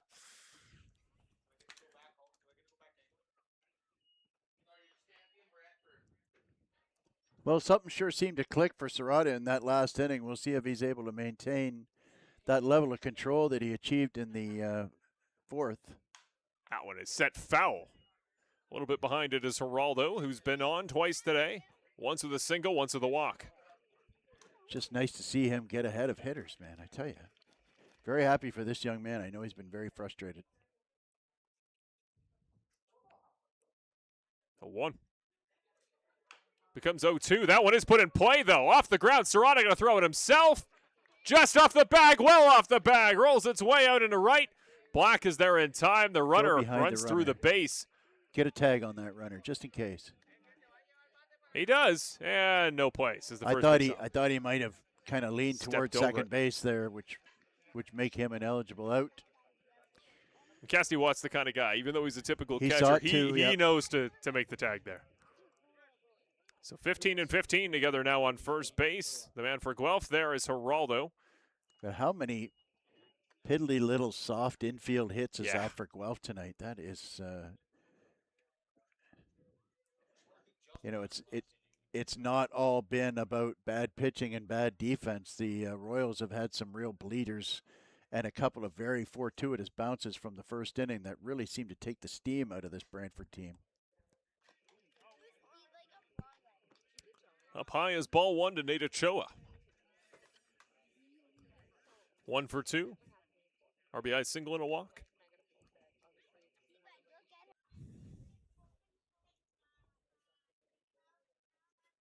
Nice slider, gets him. 1-2. That is a really good pitch. Man. And that, that's what Jose Arias does. He just dots that outside corner with his slider. That is virtually a no-fly zone. Guys just don't swing at that pitch. Another one. This time down the middle for 1-2. You almost want Serrata with, I think he might have more horizontal break, not vertical, but horizontal on the slider maybe than Arias does. I kind of just want him and Arias to get in the lab and don't come out until he can place it. I think Serrata's is harder. I think he throws it harder than Arias does. That one is well wide, though, to make it 2-2.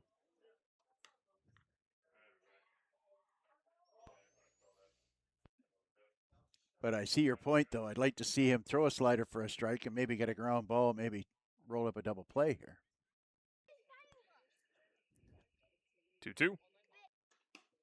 Gets him. That time the heater on the bottom corner becomes the 7th punch out of the day for Serrata. He's racking them up in a hurry at this point, Brian. And don't forget, no runs on the board since back in the second inning. Did you say that out loud? The only worse luck charm than our director is me when I open my mouth. It's a hard balance, stat keeper and guy trying not to jinx the game is that one. Is a big swing and a miss by Connor Morrow. That bat hasn't missed too often today, and it's found the baseball. It's put up 6 runs.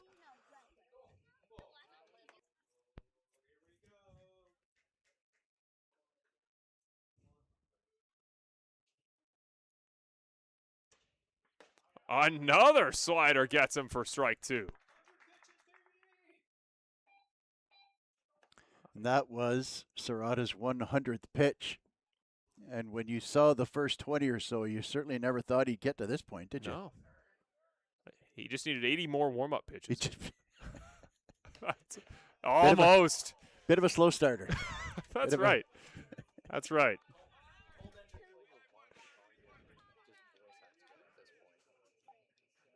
That's right. It's like my car. The engine doesn't know what it's doing until 45 minutes into a drive. But once you get going, you're really going. 1-2. There it is. Oh. Oh, wow. Not according to the home plate umpire. Misses low, he says, for 2-2.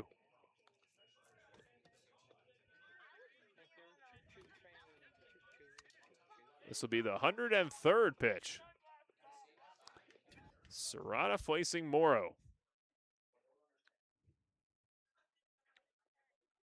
That one is up in the air, but should be playable. Martinez and Holkert under it. Martinez will make the grab. Second out of the top 5.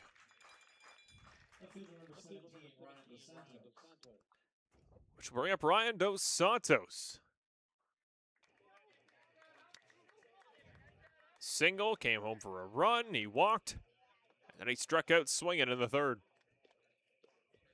I think Dos Santos is going to be a big X factor of this team there in the playoff run. If he can just in that playoff game, play-in game, if they need to play it, if he just gets on with a couple walks, just puts guys on for those big Guelph bats, I think that's going to be what the offense needs to take down potentially a Frank Garces. Well, one thing that I have noticed is that when they put him in the 8-hole and they put the Speedster Patterson behind him, it reminds you of a couple other teams that do that and put just rabbits at the 8 and 9. The first one that comes to mind is Kitchener, when they'll put Rafi Gross and Jamie Cabral at the bottom of their order. And so it's an interesting lineup that Dino Ramel has put together here. This is high and wide. 3-0. Gets even more interesting when Connor Morrow hits 2 or 3-run home runs.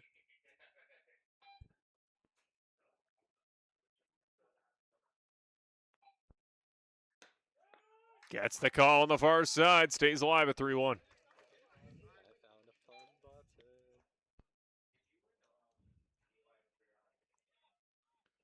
Serrata's ERA on the season. Swing and a miss on that one to make it a full count. I was going to say the ERA on the season and entered tonight at 11.1. Serrata's got it down to 9.7.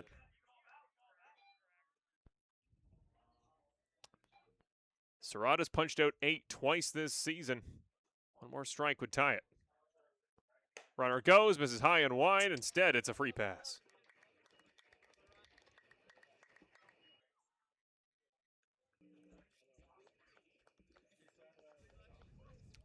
So second freebie of the night for Dos Santos. Remember, he's in that race with Zeppieri and Kitchener. So that'll be the 38th walk of the season for Dos Santos. By the way, he had, what did he have? 46 last year. Remember, he's in that battle for walks. Dos Santos, though, really starting to open the lead up. He leads Zeppieri and Abe, both tied at 33. Well, Zeppieri doesn't play tonight. Abe does. That one up high for ball 1. Dos Santos now has the lead up to 38. So he's 5 ahead unless Abe has walked over in that Welland game. Which he has not. Another one up high. Hamilton now beaten Welland 10-1 at Welland Stadium. Wow. I'm so excited for these playoffs, Brian. I think this is going to be the best playoff run in a decade. Down Main Street, 2-1.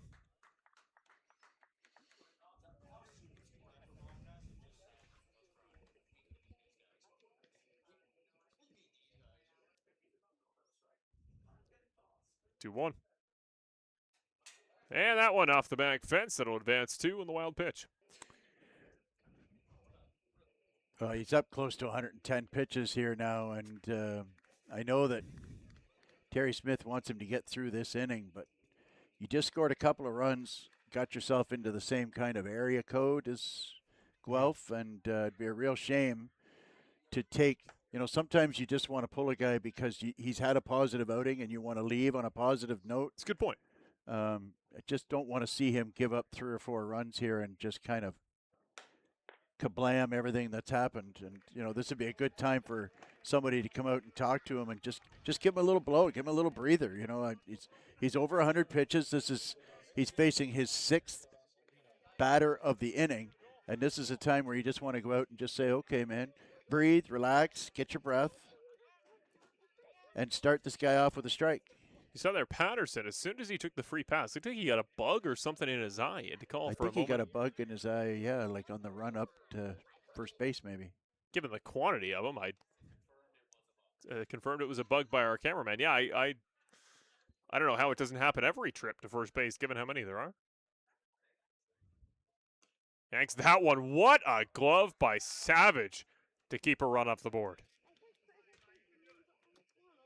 No movement, still. Tell you what, if there's any senior hockey teams watching tonight's ball game and you need a goaltender, I wonder if Savage could be your guy here. I wonder if he came from a hockey background. That one up high. Ball 2.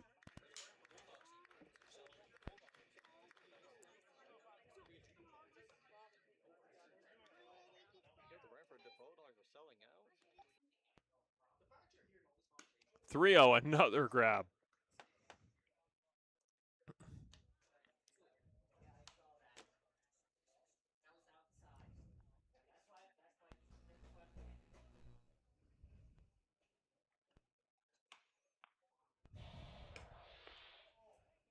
I get the strike. He's back on the board down the main street. I don't. Is it just me? I don't see anybody throwing in the Brantford bullpen. Oh, there's an arm on the far side. I mean, we've behind had the fence there. Bullpen catcher's out. It was 2 pitchers back and forth for a while. That one high on the inside. Guelph will bring home their 12th run. Top was Boscarino joining Patterson and Dos Santos. And here comes Terry Smith. I see your point there, Brian, because obviously if you ended off he hasn't gone anywhere near that pitch count. Well, that too. You know what I mean? Once he got to 100, once he started losing the zone again, that was the time to get him out.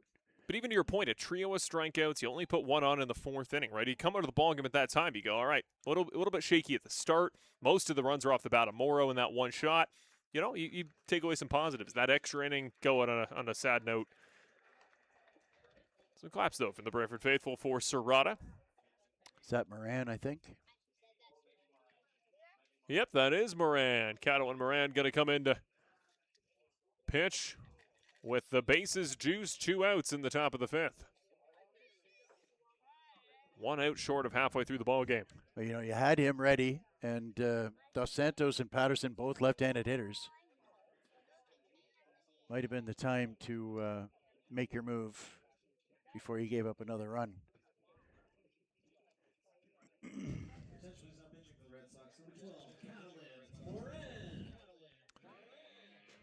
So Moran is ready to go. Savage will head back behind the dish to get ready to welcome him. Just taking a look here at the numbers for Moran. 11.47 ERA on this season. I want to preface that, though, because that is split between Brantford and Chatham. He pitched 8 games in Chatham this season, 4 in Brantford. In his Brantford games, he's got an ERA below 5, 4.76. That's in only 5 2/3 innings. Longest he's gone in this season in a game for Brantford was at Guelph. It was a couple weeks ago in that game at Hastings Stadium. He went 2 innings, allowed only 1 earned off 1 hit. The man from Amherstburg. So he's been in better form, Brian, since he came to Brantford. He's definitely got a lot to rely upon, and he's a good guy that can pretty consistently put the ball in the zone. Yep, definitely, and that's, you know, like I said, that's what you're looking for there. We had a couple of left-handed hitters up. Would have been a real good time for him to come in, but this is the way we are going, and now he's got to come right in and throw strikes to a real tough right-handed hitter in Gilbert. Yeah, Gilbert the man on. Torres will then come up for his 5th time. This is now the 5th time the Guelph Royals have come up. Again, there you see. Those are just the Brantford numbers for Moran. The ratio is 6 walks to 4 Ks, but it doesn't feel like it when he pitches. I will say, he gets quite a bit of contact.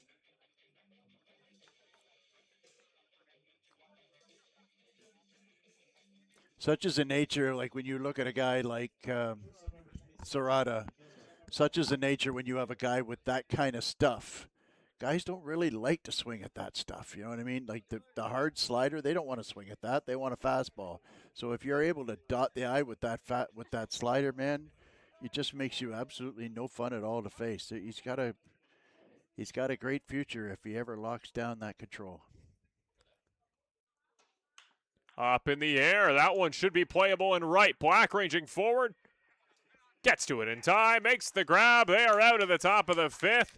The Royals put 1 more on the board, but the lead is now just 12-4 after the Red Sox put up some runs in the 3rd and 4th. They'll try to repeat the trick again in the bottom 5, but first, we're going to take a 90-second break here on Mr. Lubin Tires Brantford Red Sox Baseball, presented by Mr. Lubin Tires.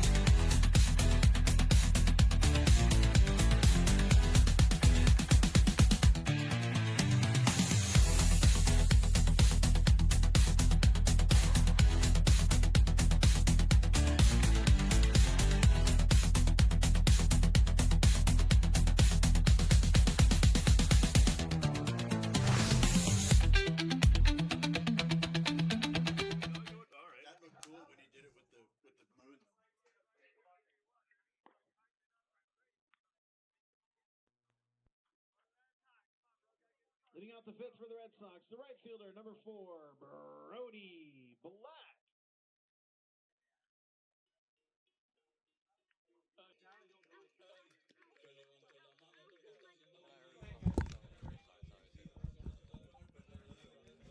And welcome back to some Tuesday night baseball action here at Arnold Anderson Stadium. The visiting Guelph Royals lead the Brantford Red Sox by a score of 12-4.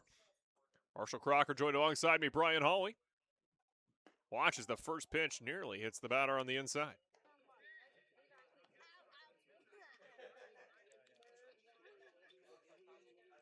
So we're into the bottom fifth inning here. As that one is low in the dirt and rolls away. Now Jacob Cush, again, not many pitches, not many innings, but he has been on the mound for 2 hours and 22 minutes of a ball game. So you just wonder, Brian, what's the effect the longer these long innings take? How can he stay dialed in? That's in fact back foul right off the bar, rolls back to him. It's usually fine if you can get through that first at bat. You know, warm up is one thing that gets you loose, but your sharpness comes from your first AB. And we saw it in I believe it was the third inning when Savage came up and hit the home run to lead off. But we also saw in the fourth when he came in and threw strikes to, I believe it was Ortega, and struck him out to start off the fourth inning. Here's Brody Black. That one's in for strike 2. Full count here as Cush faces Black for a third time. And he struck him out twice, once looking, once swinging, and Brody Black hasn't been getting any favors from behind the plate there, and I'm not going to accuse the umpire of being anything negative here. It's just sometimes you just don't get a call.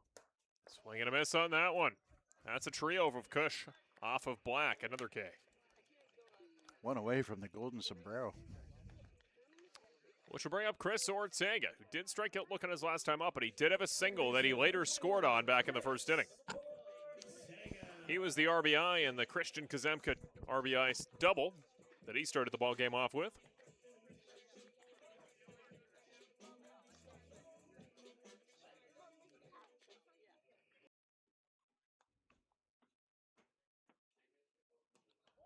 Breaking pitch drops too low. Ortega takes. There you see the bench is kind of alternated in capacity throughout the course of the game, Brian. I feel like I look down at one moment, there's nobody. I look back and it's packed to the gills. Ortega gets that one, but it's up in the air. Ranging back over towards the fencing. Catcher's out to get it. Off the top of the dugout, Torres, no play. Bounces away. You see some fans out there still on the third base line, kind of the unofficial road grandstand, wearing the royal blue. What's your take, Brian, on the new Guelph Royals logo? You like it compared to the old one? Well, it looks pretty similar to the old one, to be honest with you. I thought, anyways. It's not a big difference. It's got the crown. I feel like it's good to have the more personal. It's got to have the crown. I mean, in my mind, anyways. You know, the new ownership came in and wanted to put their stamp on the team, and so they made a modification to the logo. That one is put through the infield. Ortega, his second single of the day, rolls its way out once again to Boscarino. And he is on to try to get the Red Sox offense picked back up. It's been on, off, on, off. They've scored runs, have the Red Sox in 3 different innings. 2 different times it was a home run to bring home 3 combined runs. And that was just a classic example of hitting the ball where it's pitched. Good job by Ortega there. That's what good hitters do. He gave him an outside fastball up, and he took it where it was pitched and knocked it between first and second for an easy base hit through the hole. Nice piece of hitting there. We haven't talked much about Cush's pitch count tonight. It is up now to 78. That one is put in play. A little comebacker right at the pitcher off the ground. The catcher muffs it, and he'll get on Christian Kazemka. That's about the longest streak he's been off base. 1 hole at bat, he went away. Now he's back on first, just as it's been the entire month of August. And I tell you what, that's a little payback to all the bleeders that the Royals have had tonight. That's a good point. The Red Sox get one to go their way. Yeah, there hasn't really been any, rain lately that I'm aware of in the area. It's not like the grass should be watered down at all. It looks pretty good condition. Not more waterlogged than usual. Well, we had a bunch of rain on the weekend, but it's been pretty Yeah, dry right. It would, last 36, 48 hours.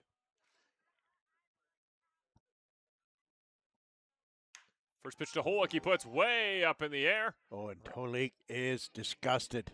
He is indeed. Gets down to the second baseman. He hung that slider, and he put it right down the middle, and Holick just missed it. Frustration for Tim, because remember, he had that play earlier where he overran first base. He had kind of that weird rundown he got stuck in. Just a guy he's been in good form, and he's been in good form throughout the big run. It's kind of the most adversity, the most prolonged stretch of kind of off play for Holick that he's had this season. How's he going to bounce back into these final couple games? Well, I'm sure, he's a pro, and he's been at various levels of ball all his life, and so he knows how to deal with that. Obviously, the lead trainer with Game Ready training here in Brantford at the facility. One of the first things I got to teach you there, Brian, would be as much as you can, try to take emotion out of the equation. Absolutely. And let's face it, he's been banged up a couple of times this season. He hurt his hip a month ago, and then he got that pitch in the hand about 3 weeks ago.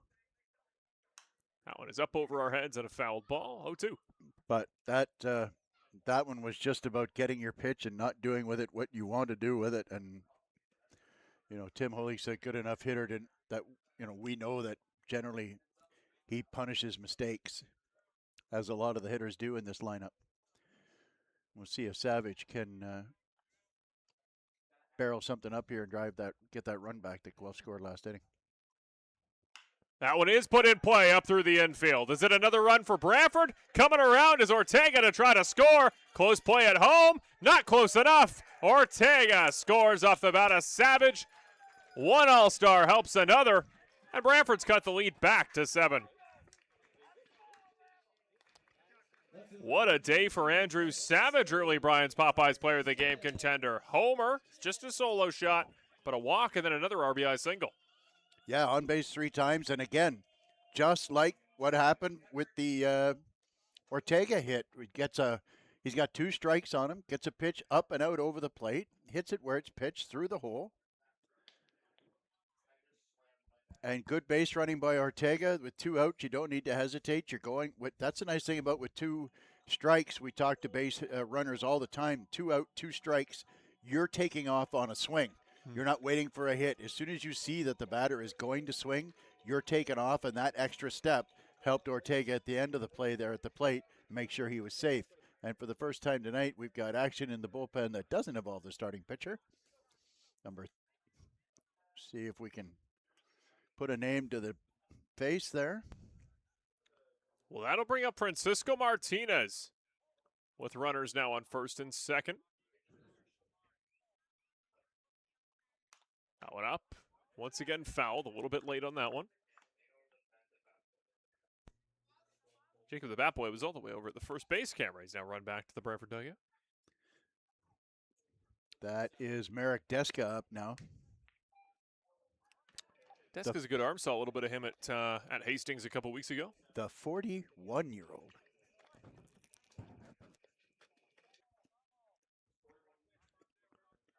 There he 0-1. That one drops low and the dirt rolls away. 1-1 now to Martinez. Martinez has also shown some power since he came back from his sojourn. And tell you what, a big bop here will get Brantford right back into this thing. And if you're Brantford, you never feel like you're out of it, because how many comebacks have the Red Sox been? Countless this season. Well, their batting order has been one of the best in the league for the last month or so. That one misses high to make it 2-1. Yeah, 7 runs is basically a rounding error for the 2026 Brantford Red Sox. They can pop at any time. But again, the Royals bullpen is strong. Deska and the rest of the unit are going to do their best to hold them honest when Kush comes out of this ballgame. They just scored 7 in the 8th on Sunday. Swing and a miss. 2-2. And he was trying to get 3 of them back right there. Yeah, he was indeed. Didn't leave anything in the bag there. He's trying to beat Morrow's record of over top of the right field batting cages.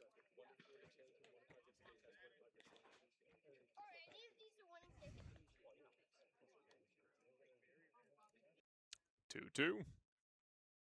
Swing and a miss. Big pitch there from Cush to hold the lead where it is, but the Red Sox get a little bit more back. 12-5 now leads Guelph as we get ready for your final 4 innings on a Tuesday night. We're down to the last stages of the 2026 regular season. We only got one more home game back here at Arnold Anderson. Saturday, the home finale against the Kitchener Panthers, 2 o'clock. Don't miss it, Red Sox fans, Royals fans. We'll tell you more about your schedule the rest of the way a little bit later tonight. In the meantime, we'll take a quick break, and we'll be right back on Mr. Lubin Tire's Brantford Red Sox Baseball here on CBL YouTube, CBL TV, and Red Sox Game of the Week.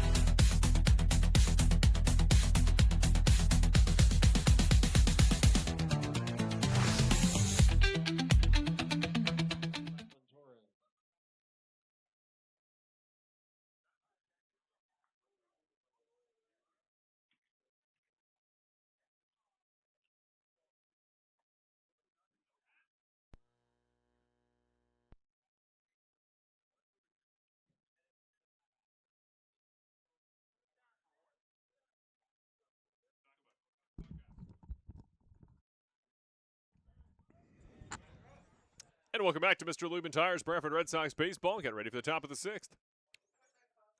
Kettle Moran snags one up high in the opposite corner on Franklin Torres. Well, we just saw a moment ago, I was wondering why the score had kind of paused there in that 10-1 Hamilton lead over Welland. A benches clearing brawl, or what do you call it, bench clearing discussion, broke out there. Yeah, not quite a brawl, but I tell you what, Hamilton, and I didn't see who hit the home run. That one up in the air, shallow enough it should be playable. Holgren ranging forward for it. That's a long run, but he gets there. First out of the top 6. Hit a 3-run home run. It was 7-1, hit a 3-run home run, make it 10-1, and then Tyler Duncan, of all people, coming up next. And Pettipiece throwing for Welland, and Pettipiece threw one inside and missed Duncan. Keeping in mind, like Robert Mullen is set out way on the outside part of the plate, and Pettipiece missed him with the first one and then threw at him again and hit him in the head. And Duncan's okay. That's number 1. And Pettipiece not being the hardest throwing guy in the league, that's for sure. But it was, I'm not going to stand here and say it was clearly on purpose, because you can't assume intent when you're not in another guy's head. Pettipiece is too good of a But pitcher to miss like Pettipiece that threw one up and tight and missed Duncan, and then threw another one up and tight when his catcher was clearly asking for a pitch low and outside. So the umpires, I'm a few minutes behind on the feed there, so the umpire is having a long discussion, and I would be shocked to hear Pettipiece was allowed to stay in this game. That one is low as Moran faces 2-1 now on Takamatsu. Well, the thing you mentioned as well, in the scuffle, I should say, an umpire gets pushed over. And I don't know if it was him just trying to, because I've been there where you're in the middle, 2 benches clear, and you don't see the benches clear. You see one guy, and if you're the umpire, you're just trying to get in between the batter and the catcher and Right. try and de-escalate. How it is struck foul to make it 2-2.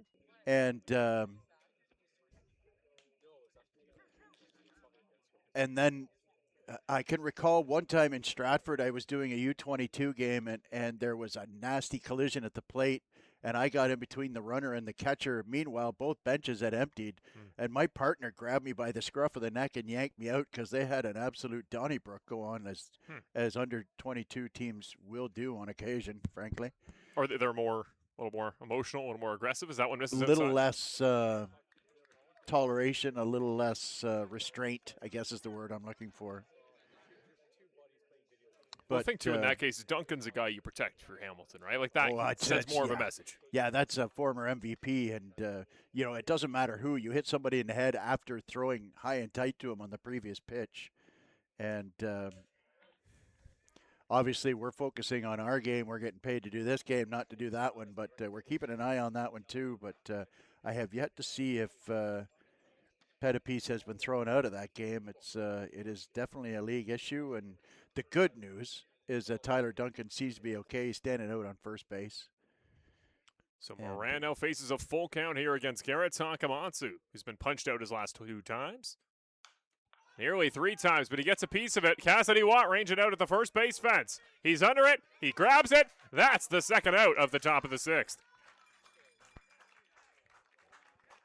Well, Moran starting to make good work through him. Induced a fly out, induced another to center, and that ball was popped up to first. So he hasn't gotten any punch outs, but he's getting weak contact, and that's what the Red Sox and their defense want to see. Although I guess weak contact, Brian, hasn't always been the friend of the Red Sox tonight, has it? I tell you what, no, it hasn't, and it's so just to finish the conversation there, I see another pitcher warming up for Welland. So Pettipies was ejected, and if you want to go check that out, you can do so at your leisure, but we hope you stay with us because you don't want to miss this comeback that's about to happen with Brantford. That would be a commentator's jinx if it wasn't the best luck charm in all of baseball commentary, Brian Hawley. I'm using all my karma there, to be honest. Guys still 6-0 on play-by-play this season. I don't want to talk about my record. Well, look at Brantford's record and then take away 6-0. It's a good point. I could just do the math. So I'm 7-9, which is it's not good. That's Toronto. And we missed one. Swing and a miss past that one. It's only been the one game where both of us missed it. The Monday nighter against Hamilton. That's true, which and we won. Shout out to Mark Perry there, yeah. Mark Perry is 1-0. Even he's got a better record than you do. Well, one of mine was in a designation. I got a save off of one of the games you started, Colin. That is true, yes. That Chatham game. You're the only one with the save. We just created a save category in commentary. Our director. It's what we do. We make stuff up. Our director just doesn't like that we're innovators. He doesn't like that we're inventing new designations. He's still, to be clear, he's still. Whoa! Moran just got a bug in the eye. Similar to what we saw earlier. Remember what was it, Morrow, I think, out on first on his. It was Patterson. Patterson, thank you. On a walk. Yeah, he took a bug right in the eye. I don't know. Are you familiar with the famous Yankees bug game? I am, actually, yeah. Well, there reminded me of that. In Cincinnati, they had the attack of the bees a bunch of years ago.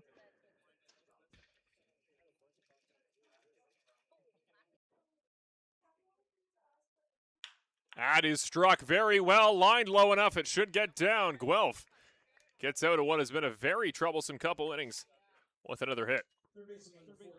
That's Geraldo's third of the day. Also has a walk. Yeah, that bug game in Yankee Stadium was it was midges.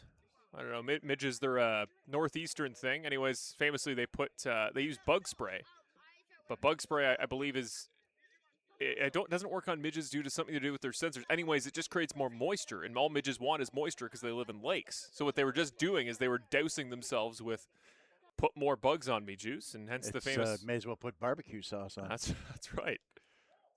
That's how you attract me.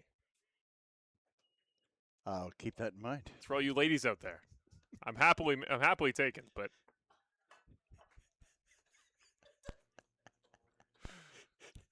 1-0, 2 outs, man on first. That's what we call filler, folks.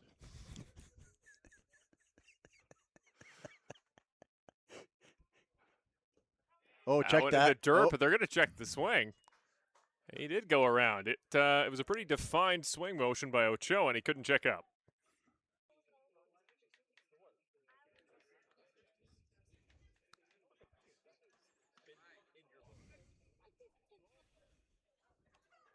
One for Murray here. Gets the call. Nice pitch on the inside. Ochoa didn't like it, but that's been there.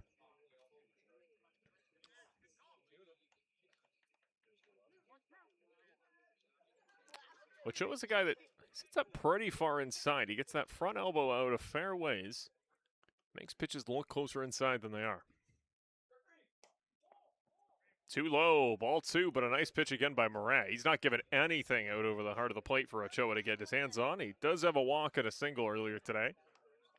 so meanwhile, Barrie is now up 7-1 at Chatham in the bottom of the 5th. So as it currently stands, all 3 teams in the play-in winning, and Welland being the only team losing. So if all of these scores hold, which they won't because Brantford's coming back, but if they do hold, then it's only going to be Welland who is going to lose ground to all 3 teams that are chasing them, which is very interesting turn of events, which will put Hamilton and Guelph only a game and a half back of the Jackfish. And interestingly, we need to check what is Hamilton and Welland's tiebreaker, because it's the head-to-head record. I don't know what their record is, but Hamilton could tie with one more win if they beat Welland today. That one is up in the air. That might be playable. Black is ranging to his right. He gets there in time. Nicely played by the right fielder. The Red Sox hold the lead at just 12-5. And now the offense takes the advantage with one more opportunity up. Then the Royals to close down that 7-run lead. And don't go away, folks. Like I said, I mean, Brantford Red Sox scored, well, it was actually the Base Invaders that scored 7 runs in the 8th inning on Sunday night. And this is the hottest hitting lineup in the CBL, so don't go anywhere. This game's a long way from over.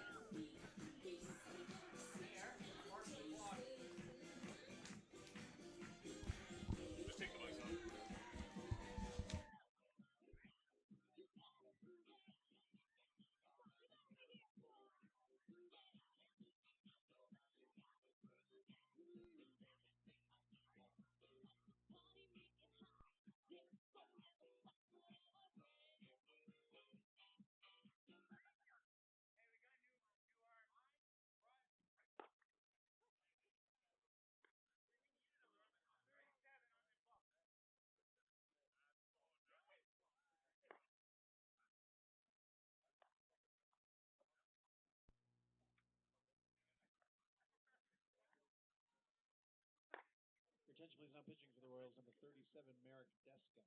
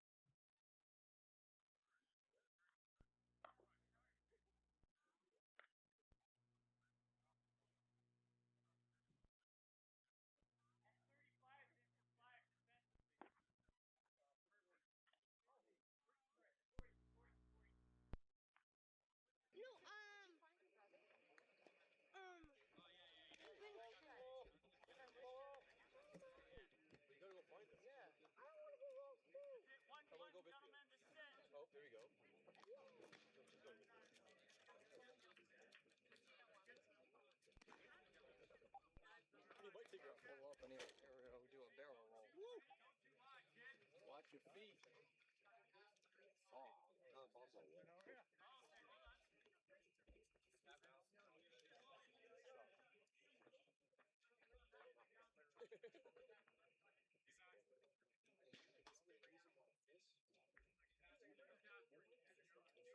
Leading off to the sixth for the Red Sox. First baseman number 15, Cassidy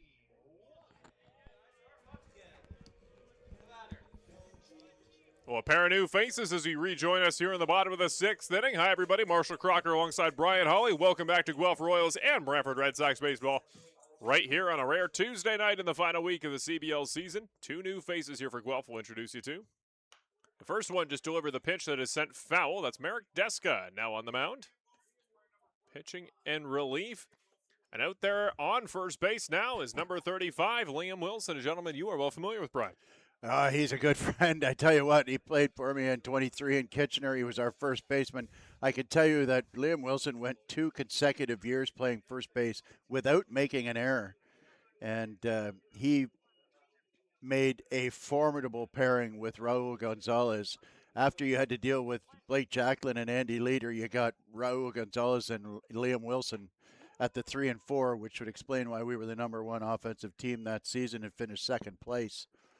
And the problem with Liam is the problem that has always been with Liam is that he has had great difficulty staying healthy. He has tremendous power with the bat, but he is absolutely flawless with that glove. And I hope I'm not putting the jinx on him now because he's had a nasty shoulder injury. He's missed most of the season. I don't think he's going to get enough ABs in to qualify for playoffs, but we're just happy he's healthy and playing again. And you know, he's such a good guy, a real leader in the room and a leader in the dugout. Not the best friend of umpires. I have to admit. This is why the man on the mound now has a CBL career old enough to get its G1 driver's license. Marek Deska has pitched 16 years in this league. 41 years of age, now 3-2. That one is struck, might be in play, lined out to right, it is down! Gonna go off the fence as Cassidy Watt gonna leg it around for 2. He can run fast for a catcher, he can run fast in general, and he runs his way on for a double. It's a kick off the bottom of the 6th.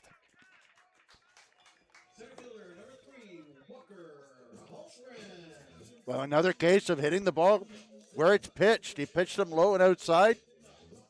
He stayed on it and drove it over top the first baseman. Second double of the night for Cassidy Watt, second in quick succession. Can Walker Holgren repeat what he did last time Cassidy Watt was in front of him? He had a 2-run absolute howitzer. Bomb. A bomb and a half out to right field. Does he have another one in the bat?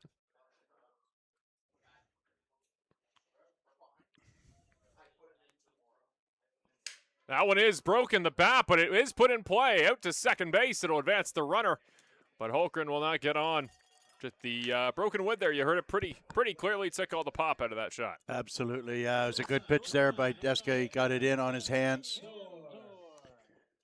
Holgren tried to get out in front, but failed to get his hands in to get the barrel on the ball, and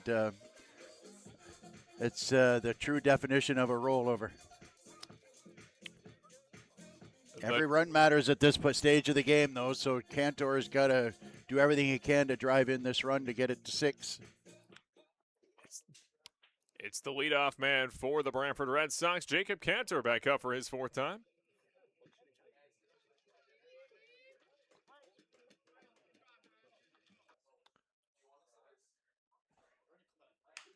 That one is put in play. Should score a run. They're going to try for the out at first.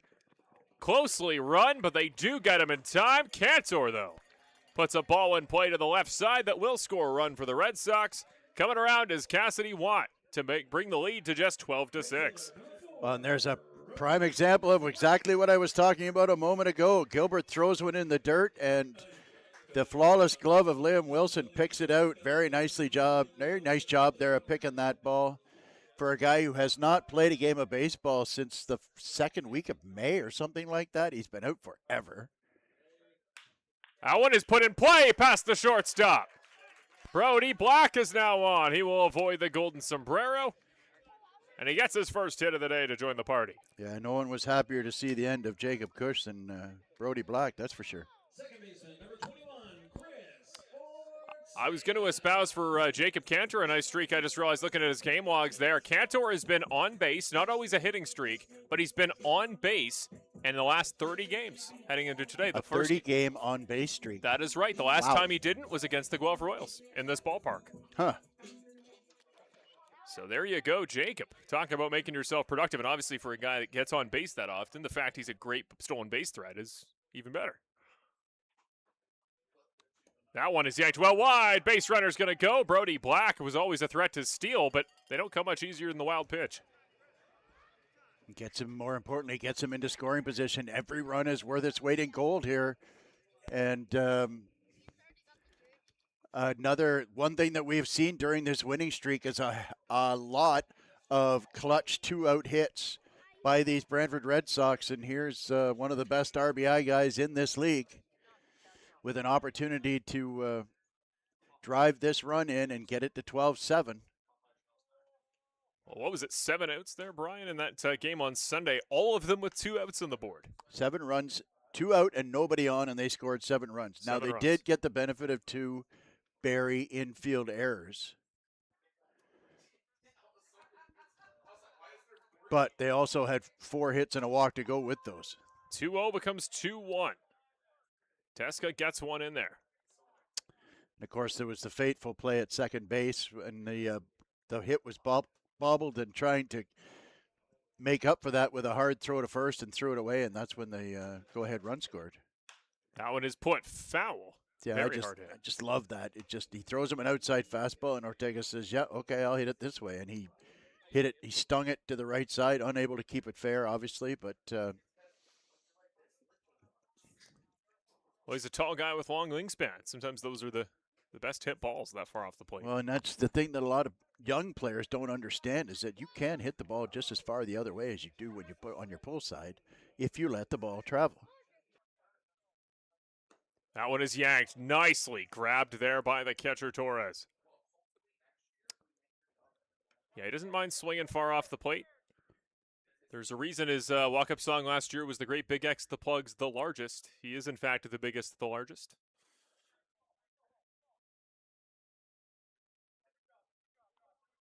Three-two, 2 outs. That one up in the air, but should be playable for the defense. Didn't get all of that one, in the center fielder. Pardon me, the shortstop will get his way under it. And that will record the side. But the Red Sox, they put another on the board. Make that the 4th inning that the Red Sox have scored. Sorry, 5th inning tonight, Brian, that the Red Sox have scored. The problem is they've come in 4 1s and 1 2, and they haven't really been able to get that consistent production going. Yeah, they haven't put the crooked number up, right? And to get 3 or 4 in an inning to get right back into this game to put some pressure on this Guelph team. But, yeah, there's not quite enough innings left to get 1 per inning, so they're going to have to go out and get a couple. First things first, though, Caitlin Moran's done a nice job thus far of keeping a clean sheet, and they need to keep the Guelph hitters off base so to give the opportunity to their lineup to get the runs to tie it up, or at least make a game of it. Well, let's go back. The ball game got quite interesting. Let's go back as we see. Is that... What am I looking at here? Fence support post. Sorry, I got distracted by our camera. Anyways, let's go back to our segment from earlier, Brian. Shiny things. Shiny things get me every time. We got sidetracked there on our previous segment there. We were talking about potentially going through a bracket. We were talking about Guelph Barrie. Guelph theoretically to host at Hastings, although, that, again, based on tonight and other games, that may not be the case. Guelph hosting Barrie, Garces, and we said Liriano on the mound. Who do you take in that ball game? I tell you what, Guelph's tough at home. But the one thing that's interesting is that Barrie just has this knack of playing better baseball once the playoffs start. The lights are brightest, right. When the games get bigger, the bigger the game, the better they seem to play. And that is it's been a thing, really, and with that program for several years now, dating all the way back to their glory days when they were winning 2 or 3 championships in a row. And they just have a knack of playing good baseball. And so, of course, Garces just threw, I think he threw 8 shutout in his last start. And he's another guy. He's getting up there, but he's still got it. So that's going to be a heck of a ball game. I probably I see myself showing up for that one, just if no other reason to watch a really good ball game. But I wouldn't be surprised if Barrie pulled an upset in that game. It's so tough. It's so tough for me because I don't know. I keep coming back to what I saw when I went to see Guelph, and it wasn't even a dominant win over Brantford. But every time I watch Royals baseball, that bullpen is just so consistent, so deep. So that one is up in the air, might be playable, but nobody in range as it hits the top of the dugout. Well, at the end of the day, you have to get a lead for your bullpen to be really effective. And well, and depth doesn't matter in one game. That's the other thing. It's just best on best, right? Yep, exactly. I might have to agree with you, as much as the Guelph fans aren't going to love it for the sake of this hypothetical exercise we walk through. Maybe for the mental exercise, because I think it's close. Maybe I'll take Guelph the rest of the way. I'll operate off a hypothetical Guelph bracket, just for our Royals viewers out there, and the fact I sometimes call your games. I will also say this: if Guelph wins that game, the Guelph-London matchup is really, really good, at least on paper. I think the matchup I want to see is Hamilton-London. I want to see that series. I really want to see that really good London lineup against the fantastic Hamilton pitching. Moran just misses outside. This is Connor Morrow up for his 5th time today. His first 2 times up, he put up 6 RBIs and 2 homers, but since then, nada. And I will also say this: when you look at the playoff stadiums. Oh, up over the entire group there on home plate, make it 2-2. The 3 stadiums that are easy to hit home runs are all out of the playoffs. And so I think that runs will be at a premium in all those games. And who do you think that benefits of those lineups? Best offense in the league is Welland. I think it benefits Welland because they're the ones that play small ball the best. The run differential is still dominant for the Jackfish over the rest of the league. The thing with Welland is that one is put in play. Out towards Cantor, it's short. Gloves it on 3 bounces. Gets it there over the head. The throw might have not been in time, but an extra won't be as it's up over the head of Cassidy. Runner is on safe. Morrow is on for a 3rd time. Well, that's something you don't see very often. Jacob Cantor doesn't make very many throwing errors, especially when he's right in on the grass like that. It was a short throw. He just rushed it a little bit. When you rush it, then your release point gets affected by that, and you tend to release it. Same thing with a pitcher. When your arm falls behind, you'll throw the ball high, and that's what happened there. So we'll see now if Moran, facing a left-handed hitter, can get a ground ball here, and they can maybe roll up a double play, although Dos Santos runs very well. He does indeed. Ryan Dos Santos, 1 for 2, 2 walks today. That one drives slow for ball 1. He extended his league-leading total to 38. He now leads Abe and Zeppieri by 5 at the top of the league. Because you can't discount, just to finish the thought, you can't discount Welland's pitching either. They have excellent starting pitching, and they have a pretty good bullpen themselves. Some guy named Mendez, who hasn't had his career year, but is still throwing it 94, 95. I'm sure former Red Sox guy De Los Santos going to get some innings there this postseason. Pedro De Los Santos, the left-hander, absolutely. Like I said, they've got a very good bullpen. They've got a very good starting pitching staff.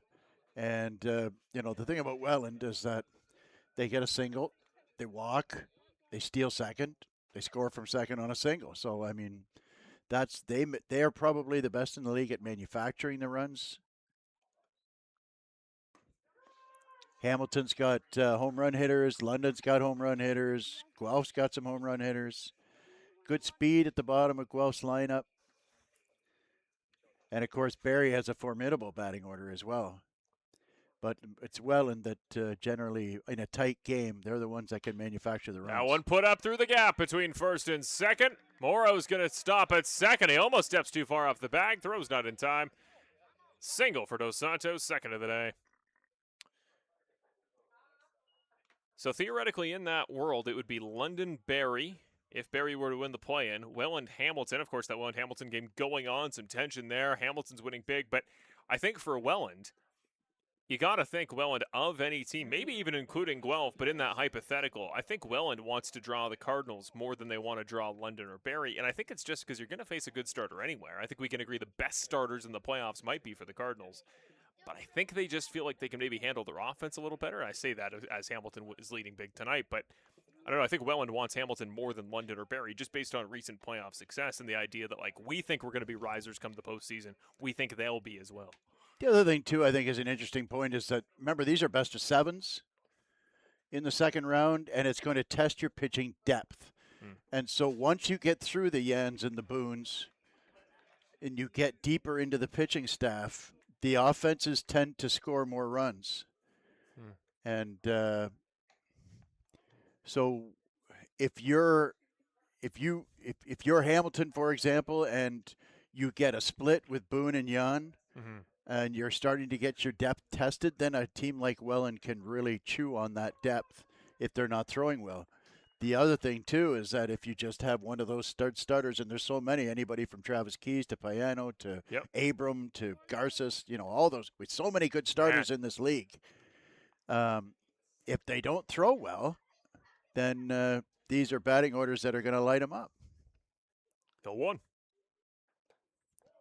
That one drives low.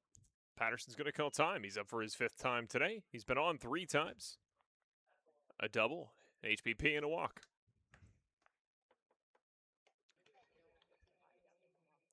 Moran's in for his 3rd inning, although he only recorded 1 out in the 5th. Lots of speed involved here for Guelph. Drops in. Nice strike. Make it 1-2.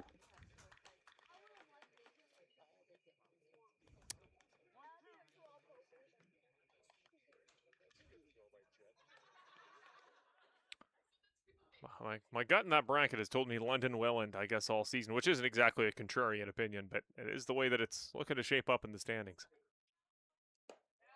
That one inside. Runners get away. He almost got a break there because the pitch hit the umpire in the shin and stayed in front, but bounced away in a direction where Savage couldn't pick it up. So now the infield will have to come in, and they're in a difficult situation. You see how the error is compounded now after Dos Santos got on. Then a wild pitch, and now you got 2nd and 3rd, nobody out. And all of the runs that the Red Sox have been picking up to try and get back in this game can be undone with a base hit here. You got to think Dos Santos is going to probably score on a single, although I do see Martinez playing nice and shallow. I would probably bring Black in as well. A nice swing and a miss on Patterson there. That one he picked up the heat on, did Moran. Down low for his first punch out of the game. Patterson's down on strikes for his 2nd time tonight. Swung at a live ball in there on the hands. And now it's going to be Boscarino up for his 6th time. But I agree with you. There's so many good teams, so many good pitchers, so many good lineups. This is going to be a really, really, really good playoffs.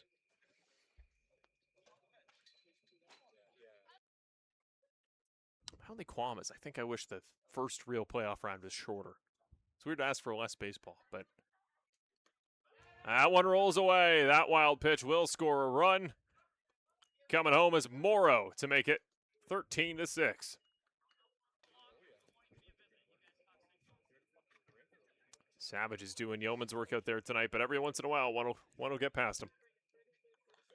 Yeah, you can only block so many. See, and I'm not sure I could disagree with you anymore, to be honest with you. The play-in game is interesting, but at the end of the day, right into best of sevens. I love that. I love it. It tests, we look at, again, if the season ended today and it was Guelph and Barrie, one game, I think everybody is ready to admit that anybody could win that game. On any given night. They could play 7 times and have, end up 4-3. But to beat a team 4 times in a 7-game series, it tests the depth of your pitching staff. It tests the consistency of your lineup, your ability to execute in the moment. It's such a tough test.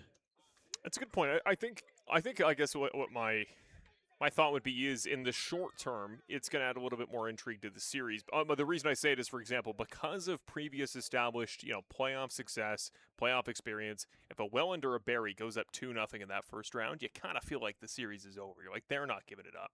Whereas, a team that's a little bit less stable, like a Guelph. If Guelph goes up 2-0 on London, let's say, London in a lot of the league, I feel like, this is still anybody's to play for. I think the shorter series adds that little bit extra intrigue that teams that maybe aren't as proven in the short term could be. But I agree with your point, and I think you are right that, 7-game series is, first of all, it's more legitimate. It proves a more effective winner of the series and champion overall. And as that one misses outside, nicely grabbed again by Savage. I think it is going to be for a team like a Hamilton or a Guelph, if they get knocked out early in these playoffs, you kind of remember, okay, we're in it, we're in the dance, we're up there in that big discussion.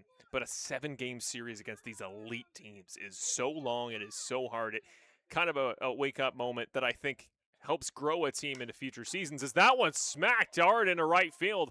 Black's ranging back for it. It should stay in the ballpark. It does stay in the ballpark, but a run will likely come home. Yes, it will. The Royals bring another home. This time it's Dos Santos off the sac fly. But to that point, just to finish the thought there, I think if you're a team in the CBL, even in this new era with the playoff format, I think you kind of need one feeling out playoff, don't you? You need one postseason to get in there, to learn the atmosphere, to learn the dynamic, and get ready to play an elite team that many times and kind of grow to being able to beat 2 elite teams in this league on the way to a championship. I think that's such a high mark. You will definitely have earned a title if you are, say, Hamilton, and you can beat Welland and London in 7-game series. That is worth celebrating. Last I was in the league in 23, there were best of 5s. We beat London 3-2, and then we got swept by Barrie in the semifinal. That one put in play, could end the inning. Holick with the throw, plenty of time. Gets it on target, 2 Cassidy 1. Top of the 7th's over. We'll make way for the 7-inning stretch, but 2 more go up on the board there. We're going to take a break here on Brantford Red Sox Baseball, presented by Mr. Lubin Tires. Don't go anywhere. Still plenty to play for with 2.5 more innings to go.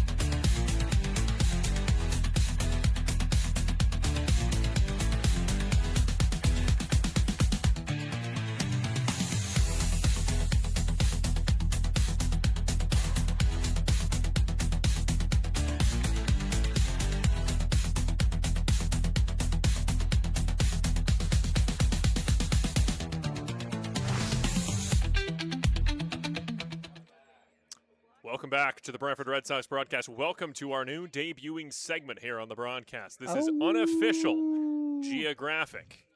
There you see on the first base line, amazed people are interacting with it, a wild animal. It's a wolf.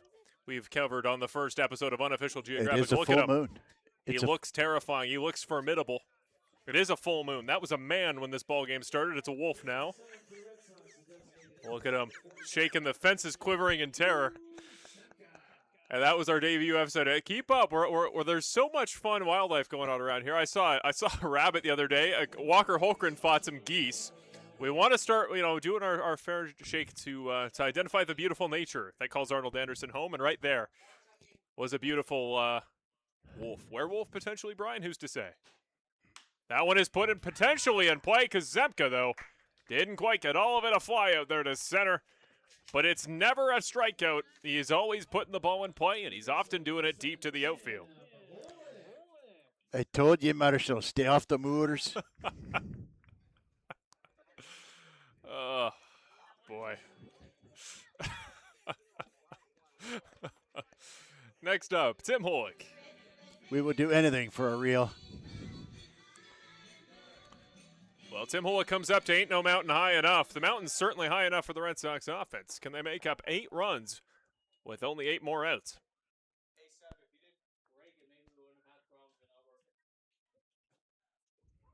A 1. 1-1 as that one misses low and inside. Still Deska on the mound. Olik looking for his first hit of the night, on with a fielder's choice in the first inning, struck out and popped out to the second baseman. Swing and a miss. Holick almost got a piece of that. And that pop out to the second baseman is still he's gonna see that one in his sleep tonight. He got a hanger middle, and just missed it by that much. Gets the call on the outside. Deska, his first punch out of the outing. Which will bring up Andrew Savage, who's a contender today for Popeye's Player of the Game, presented by Brian Hall. He's been on all 3 times. Solo shot, home run, a walk, and an RBI single. It's a dogfight from here on in, or a wolf fight, I suppose. Hey. And keeping in mind that Cassidy Watt has doubles in each of his last 2 trips, so it's going to be a race to the finish. Who's going to finish strong here? That one's up in the air. We just don't give the Popeyes Player of the Game award away to anybody. Well, I spoke to some league officials because there's been chatter around the league. Why are you still awarding the MVP if it's not Popeyes Player of the Game? And I said, to be honest, I don't know. I think the most prestigious award in baseball is here in Brantford, but they said, no, we're still going to do the MVP this year. So, well, they're, they love their traditions. That one on the far side for strike 1. Yeah, Malik Williams, Trent Lenahan, they're all great, but if they want to win Brian's Popeyes Player of the Game, they got to come to Brantford. You got to come to Brantford if you want to win the gold. It's the best recruiting tool we have. As that one is over to third base. Nicely played, nicely thrown. Off the bag, though. And it just checks up and waits for him. Savage he's accepted his fate, and that fate will end the bottom of the 7th inning. And that's the last thing Liam Wilson needs is a collision at first base coming back from a 2-month absence. So he's quite thankful that Andrew Savage threw the binders on there. What injuries has he dealt with in the past? What generally is his... I'm sorry? What injuries, what is generally the concern for Wilson? Well, that shoulder he separated that shoulder a few years ago. It's his non-throwing shoulder, and it's caused him some grief. Soft tissue injuries are a problem for him, hammies, and he had a groin pull at one point, and he's a magnet for stuff. And he plays the game hard. He plays the game the right way. And, even as a first baseman, he still gets dirty. He gets in front of the ball. He blocks the bag off on close plays. And he runs hard when he's on the bases. He slides hard. He's kind of like Cantor. He's a dirtbag. He just plays the game the right way, and sometimes it beats up the body. And he's not a. I love to bother him. He's not a young man like us anymore. He's in his 30s, and just time has taken his toll of playing baseball all these years. He's not a young man like us, says 28-year-old Brian Hall. Looking at the out-of-town scoreboard there, 11-1 is the final. Hamilton's done it. They have beaten Welland by a commanding amount at Welland Stadium. That's a playoff wake-up, isn't it? Walked in and thumped them. Boy, we've got some real drama tonight, don't we? We've got 11-1, 8-1, and 14-6. Not every night can be a golden night in the Canadian Baseball League. You'll see good baseball, but that doesn't necessarily mean you're always going to see a close game. And it just almost strikes me that Tuesday night is filler night. If you're playing on a Tuesday, you're throwing, you know what I mean?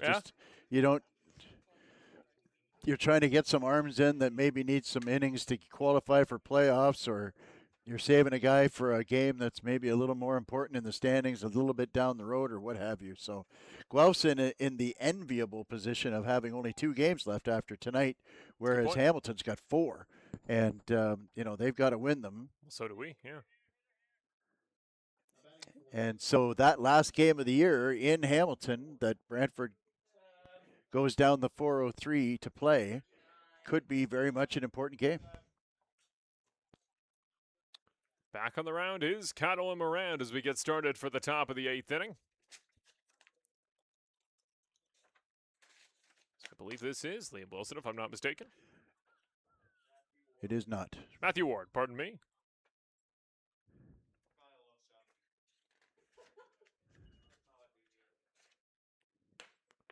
First pitch by Moran misses wide.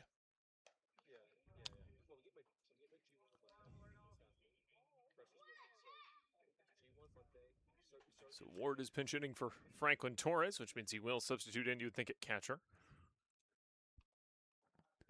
Gets a piece of it, tipped back into the glove of Savage for 1-1.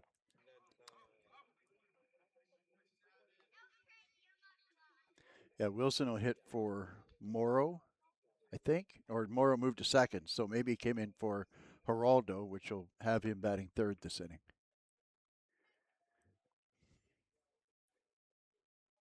Here's the 1-1. In the dirt, bounces up, 2-1.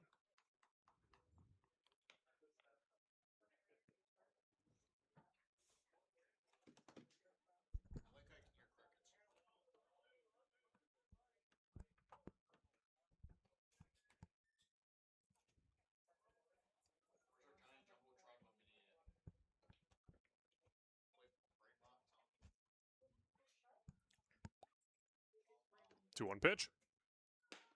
Gets it on the far side. Nice strike there by Moran.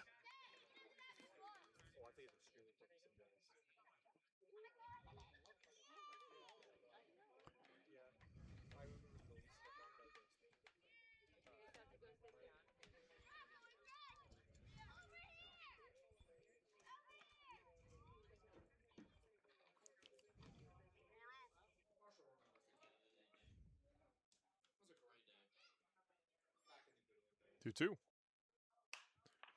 Outland struck up in the air, foul. Just reminded of something we called a few moments ago. We called Tuesday filler night.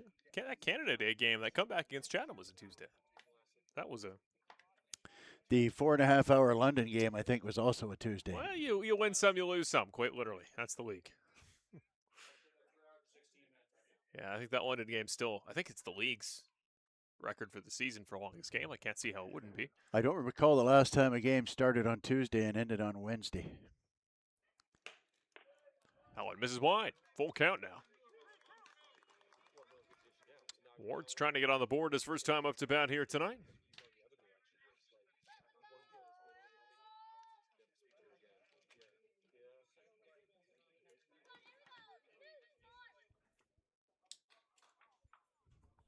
Full count pitch.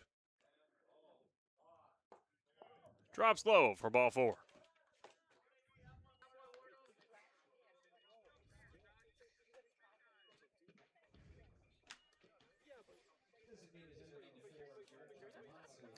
Which will bring up Garrett Takamatsu for his 6th time. No hits, but got it on an error. Also walked, but since then, punch out, pop out.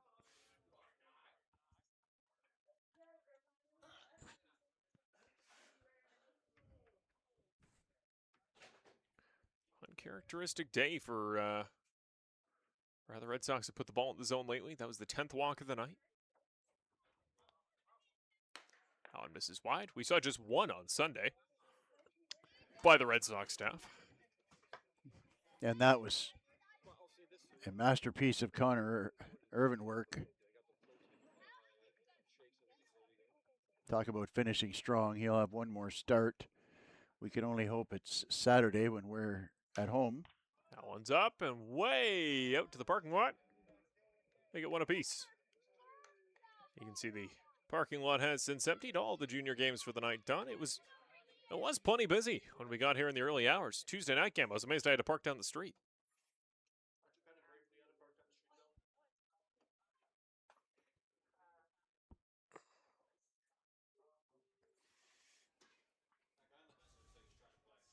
1.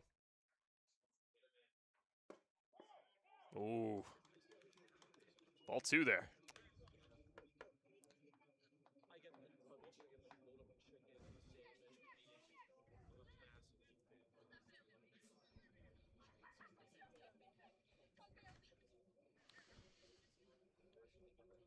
Two one the count. Swing and a miss past that one for Takamatsu.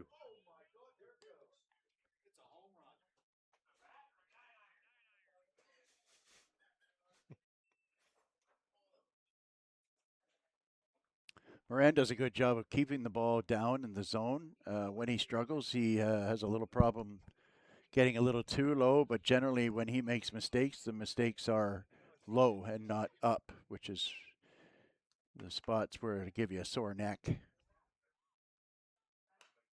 Collins it straight back towards the fence. Sneaky quick Moran, too. He doesn't seem like he throws real hard, but I feel like he could sneak a steak past a hungry dog.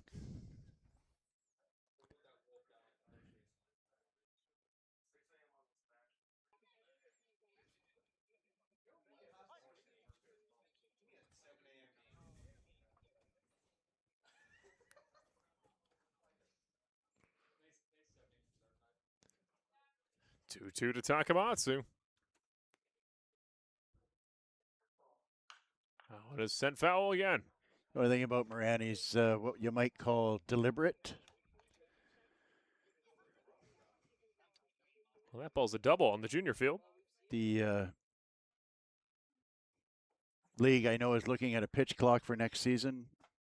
Not sure if it's going to be realistic or not, but Moran is one pitcher who will definitely be affected by a pitch clock. That is for sure. That one is put in play. Chance at a double. Cantor will get one at second. They throw to first. Got him.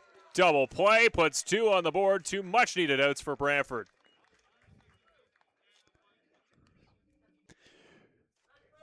Well, great turn there by that all-world second baseman, Christian Ortega. We love him at 2, don't we? Made the big turn, and that's a tough double play because the ball was up the middle, and Cantor didn't get a chance to charge that. Generally, you want to charge it so you can get even with the base, which helps the second baseman turn his shoulders into a square position to throw to first, whereas he had to rotate out toward left field. So he had to do a longer turn there, really turn the torso, and got a good, hard, accurate throw off in time to get the runner at first base. Very nice double play. How it is put just foul down the third base line. Moran's done a good job limiting runs, but still just 1K, 1 walk, and now he faces maybe the best bat of the Royals lineup tonight. Geraldo 3 for 4 with a walk. Trio of singles. He scored twice.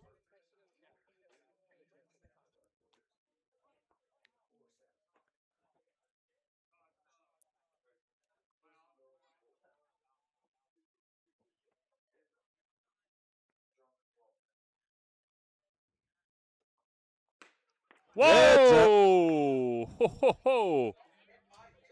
Good morning, third base grandstand. That bat was absolutely launched. There. He helicoptered it. There is some very expensive technology out there on the third base line at the end of the fence. That bat may have hit one of them.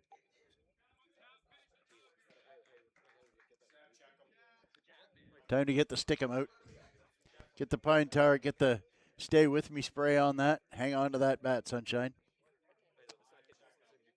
Just went flying. Importantly for Moran, he's now 1 strike away from getting out of the inning. But yeah, Geraldo tells you how hard he swings that one got that much air.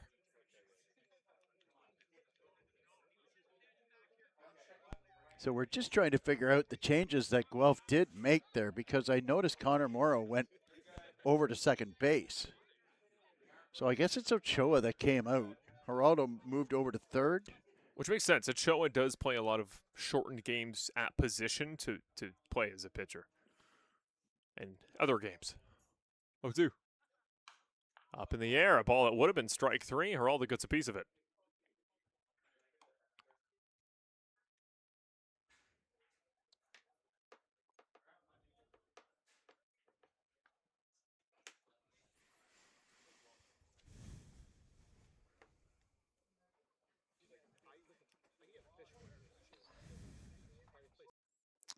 0-2, 2 outs.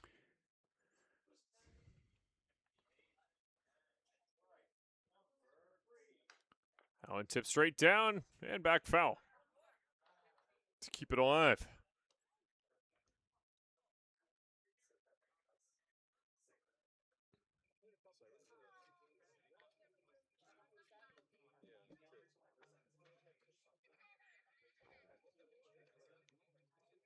Still one strike away is Moran.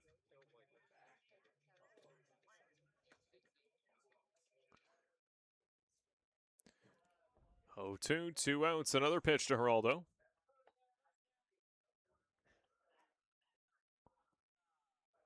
That one up in the air. Is it playable? It looks to be. Holmgren's under it. Holmgren catches it. And we head to the bottom half of the 8th inning. The Royals extend the lead a little further. Still 14-6 the advantage. An 8-run deficit is what the Red Sox need to make up in their next 2 innings on offense. We'll take a quick 90-second break and be back on Mr. Lubin Tires, Brantford Red Sox Baseball.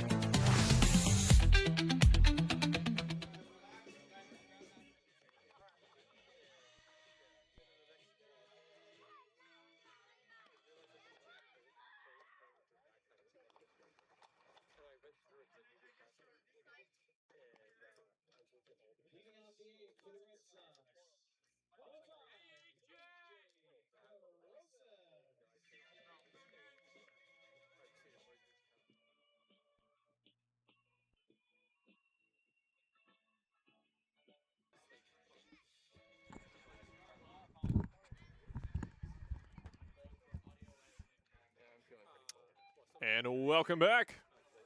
Bottom of the 8th inning here at Brantford at Arnold Anderson Stadium. The Guelph Royals, they're the visiting side, and they lead it 14-6. First pitch is in for a first strike by Deska, who returns to the mound. This is A.J. Carosis, pinch hitting for Francisco Martinez. Well inside, misses for ball 1.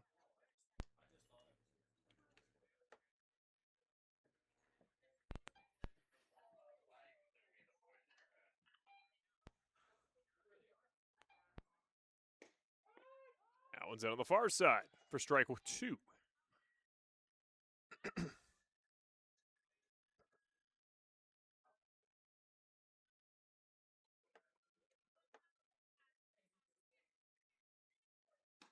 That one misses well wide, 2-2. Carosis from Mississauga, Ontario. Former member of University of Charleston in the West Virginia area. Had a .958 OPS in the NCAA. Swings and misses through that one, though. For the first out of the inning. Second punch out for Deska. Big Cass will come up. Cassidy Watt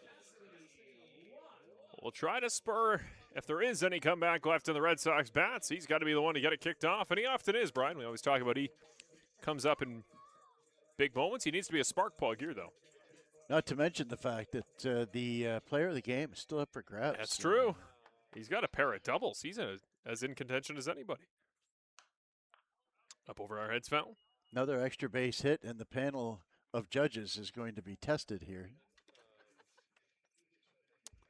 It's the best panel. A panel of one, but the one guy who knows what he's talking about. I'd just be watering down the panel.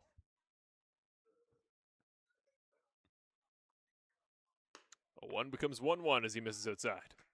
We'll send it to the analytics department and see what they've got to say.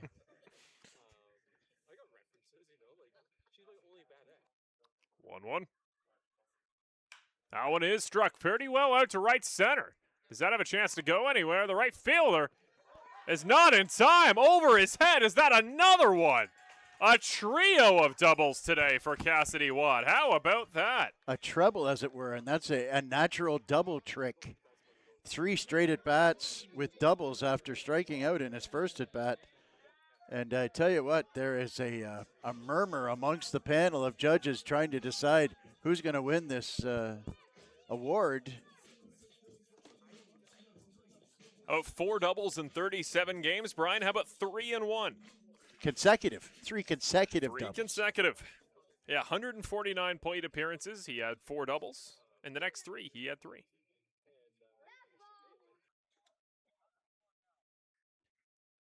Here's Walker Holmgren. Whoa! He shows off his flexibility to get out of the way of that one. My goodness. Turned himself into a 7. Looked like an equilateral triangle right over the heart of the plate. He's looking rather obtuse.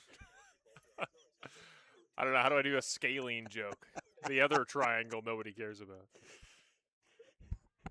If we were on YouTube, I'd ask all those scalene triangle fans to voice their opinions.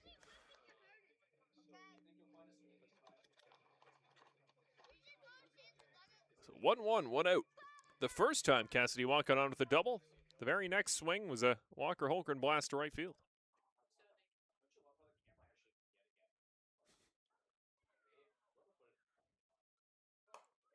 Oh, and misses wide. 2-1 to Holmgren.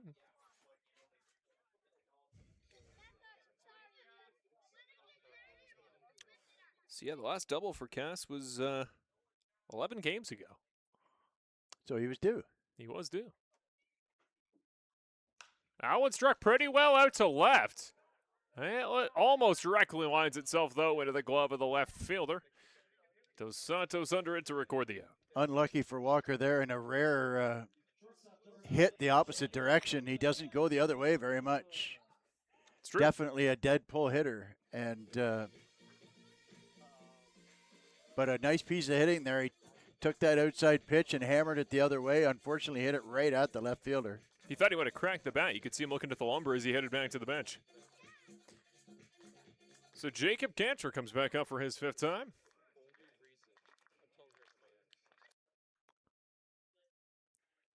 He's got the jersey unbuttoned up top. Is that good luck? Not on strike 1. Right down the middle.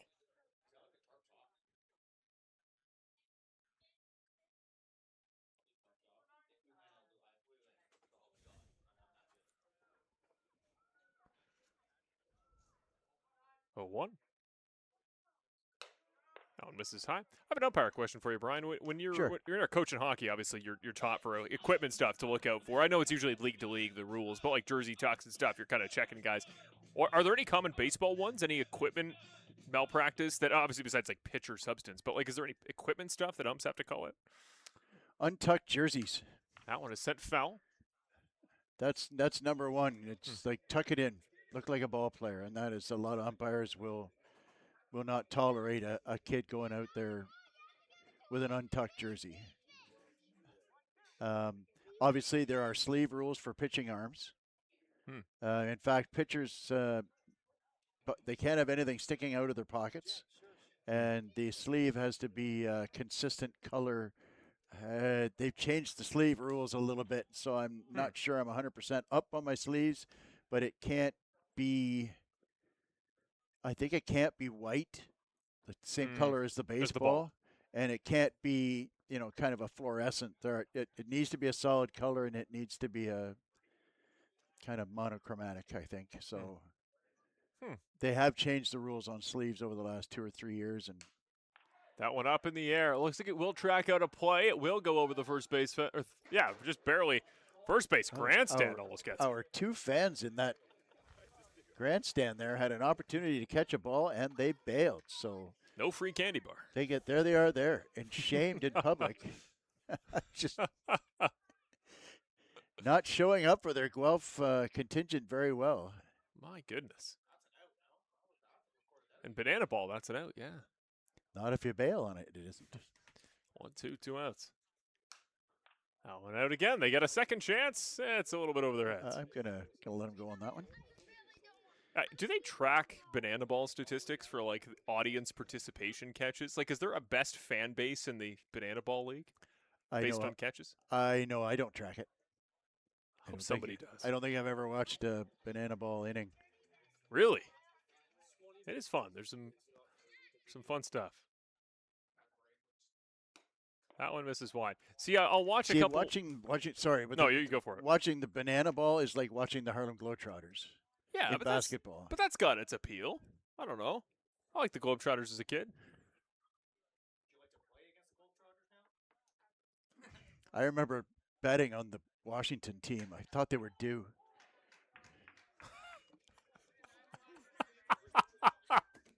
You thought that 248 game losing streak was coming to an end? I thought they were due. This guy's a fan of the road team in the Harlem Globetrotters games. This guy. The most contrarian opinion I've ever heard. 3-2. That one is slapped pretty well. They're to center. Ranging back for it's the center fielder. He's still going. Nice job by Patterson there to get there in time. That'll take us into the final inning as Patterson keeps the score to 14-6. Well, we're going to take a quick break. Final time, we're going to go to a quick 90 seconds. When we come back on Mr. Lubin Tires Brantford Red Sox Baseball, we're going to go with the Bryans Popeyes Player of the Game. Stay with us.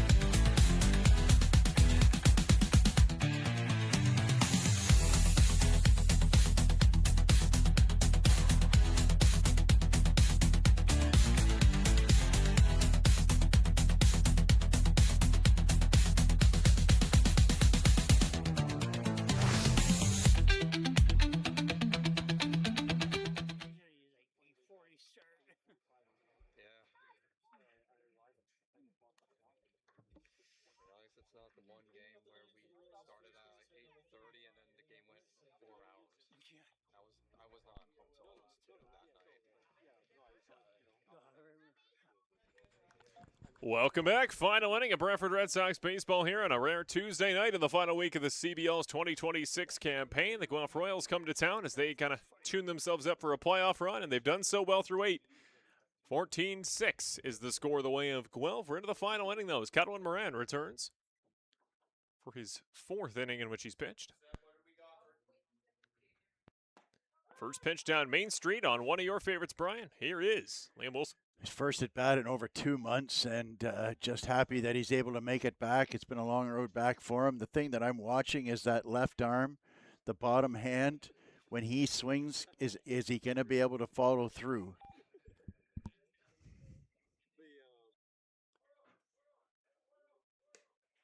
1-1.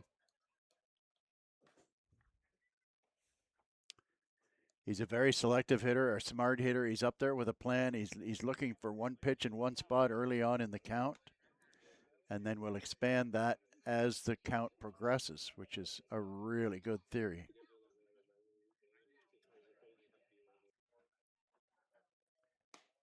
One becomes 1-2 as the breaker catches the outside. Yeah, the man from Kitchener, Ontario is Wilson, 10-year league veteran. 3-time All-CBL. Oh, yeah. Yeah. Runner-up for MVP at least once. OPS over 1,000, 4 straight seasons. Has OPS over 850 every season. I'm not sure 23 was his best year, but he had a heck of a year in 23. It got to be 22 looking at these numbers. Holy cow.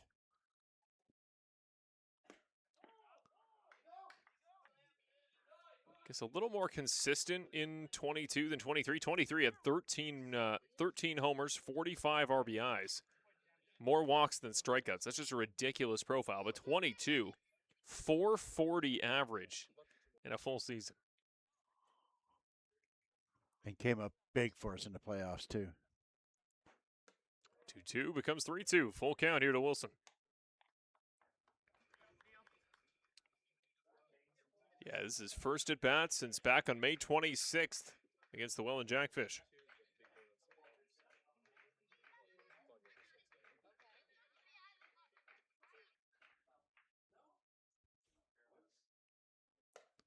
This is high and wide. Ball 4 there. Wilson takes the free pass. 6 pitches, never swung the bat.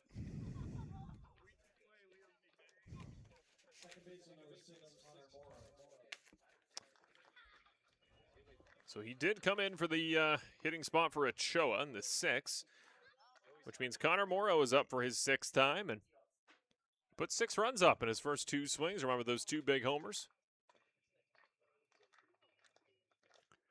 Scored a 3rd run after the Cantor throwing error to lead off the 7th, I think. Connor Morrow has been replaced. Kyle Cush playing the game alongside Jacob Cush, who started earlier.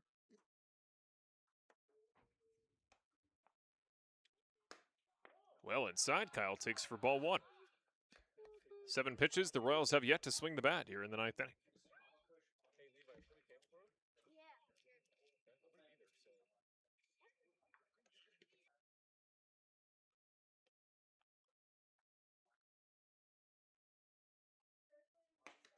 Gets the call on the outside.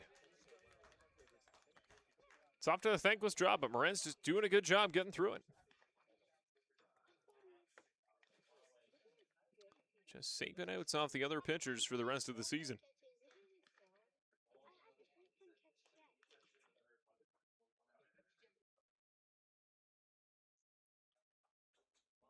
That one is chopped. Off and to left. It will just barely go foul. Martinez, though, did a good job getting there to make it close. Thought he was just going to take a seat on the picnic table, take a quick breather there while he was out there. Kyle Cush, the 6-year CBL veteran from our nation's capital. 27 years of age.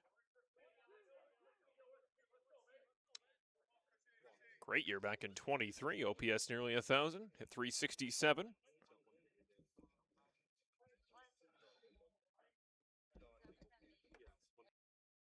.33 hits, only 10 RBIs that season. 1-2. That one put right back at the shortstop. Cantor for 1. They try for 2. Into the glove will want a double play. A much needed double play for the Red Sox defense.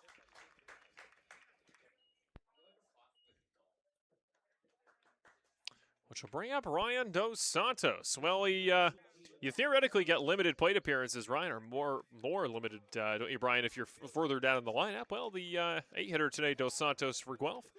This is his 6th appearance, and he's got on 4 times, 2 singles, 2 walks. Yeah, unsurprisingly, he adds to his walk total like he seems to do every game. Gets the call on the far side. Did I say it earlier? It really feels like a guy like Dos Santos, Brian, especially if he's in the leadoff spot, is going to be a real X factor come the playoffs. Well, and you wonder if he'll end up back up there with Patterson in the 9-hole. It's that back-to-back speed demon. That's the kind of batting order that I certainly like. I like to have a rabbit at the bottom at 9. Having said that, if you had a good leadoff hitter, Dos Santos in the 9-hole is a fantastic spot for him. And just to bust down a couple of stereotypes, batting 9 in a batting order is not mean you're the worst hitter. If I have anybody I'm hiding in my order, he's batting in the 8-hole. Gets another one on the far side. Dos Santos frustrated, trying to avoid a second K of the day.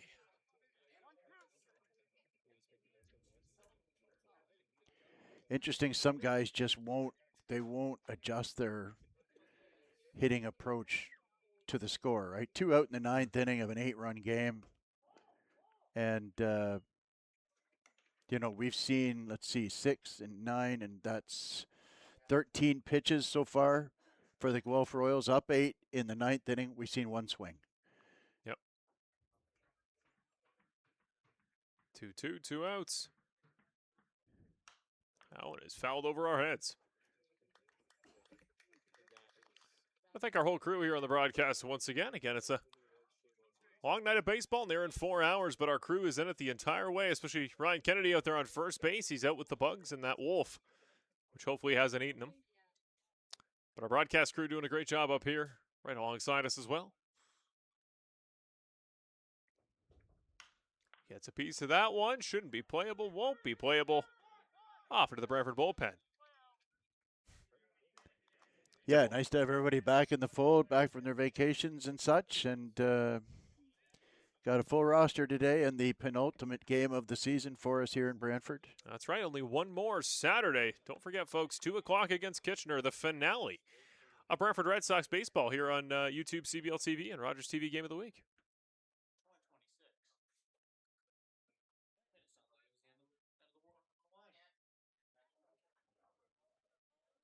2-2, 2 outs.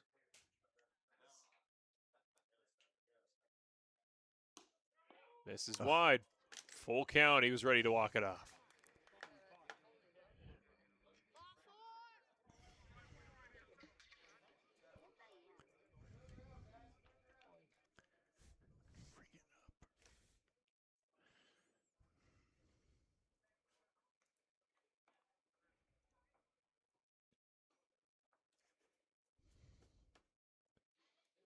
Full count, 2 outs. That one down off the ground, off the batter's back, and it'll remain a full count.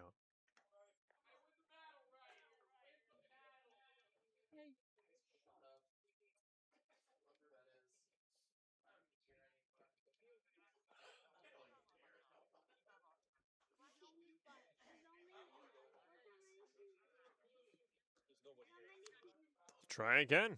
Dos Santos facing Moran.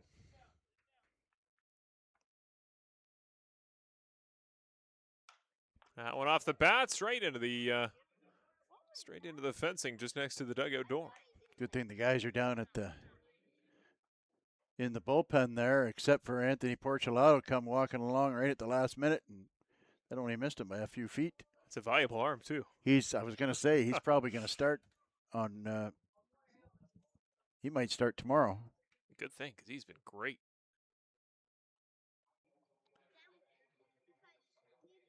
3-2, a duo of outs.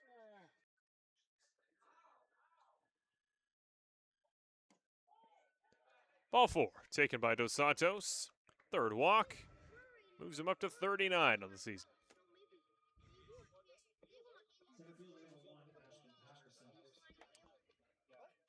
which will bring up Patterson, hit by pitch, a walk, a double, and 2 punch-outs today.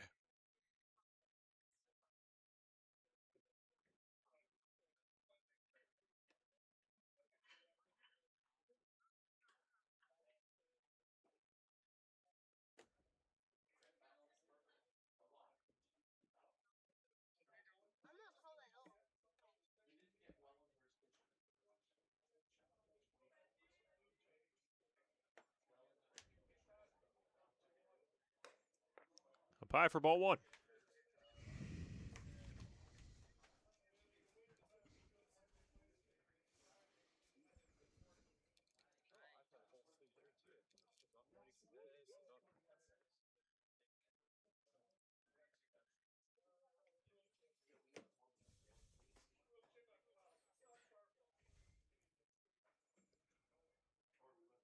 One, 2, 1-0.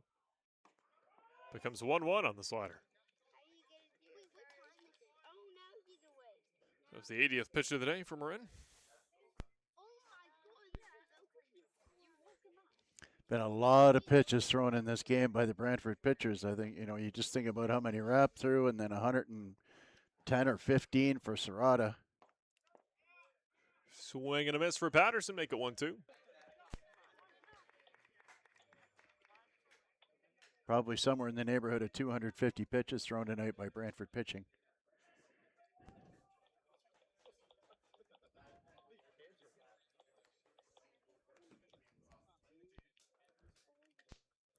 $13 walks.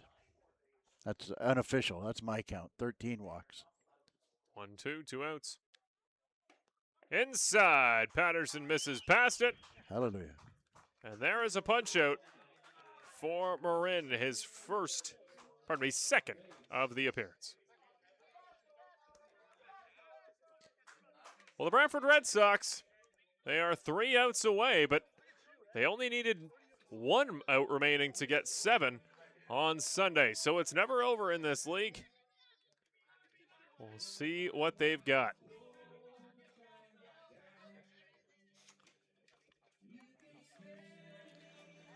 Well, I tell you what, 13 walks and 3 errors. This is the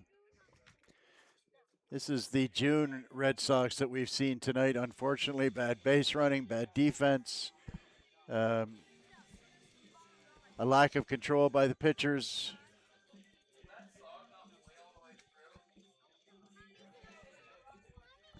And again, it's not like it's a huge slump or a terrible night on offense. It's just a bad night all the way around. It's just execution. That's like we talked about. It's a team that weren't necessarily needing to fire on all cylinders. They were just being productive. They were being effective.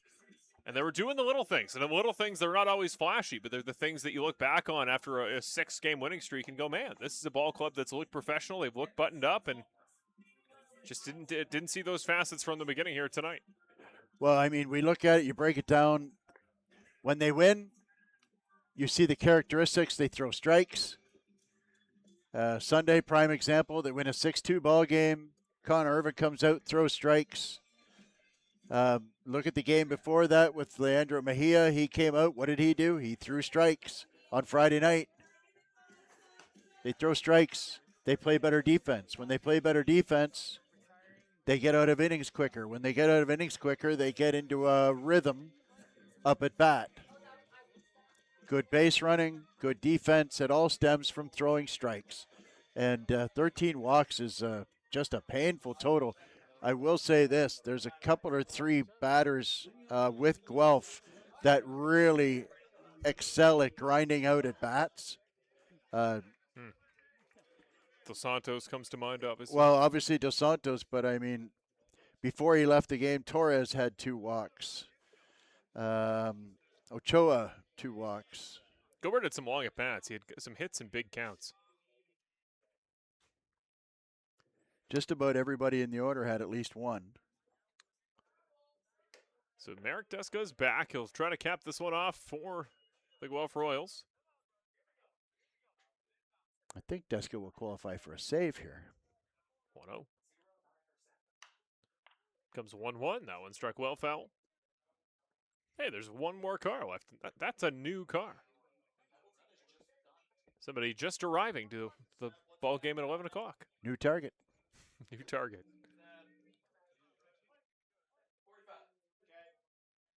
1-1. Now it is put straight at the shortstop. Gilbert grabs it on a one hop. Oh, running it out. My goodness, Brody Black. Got the wheels going.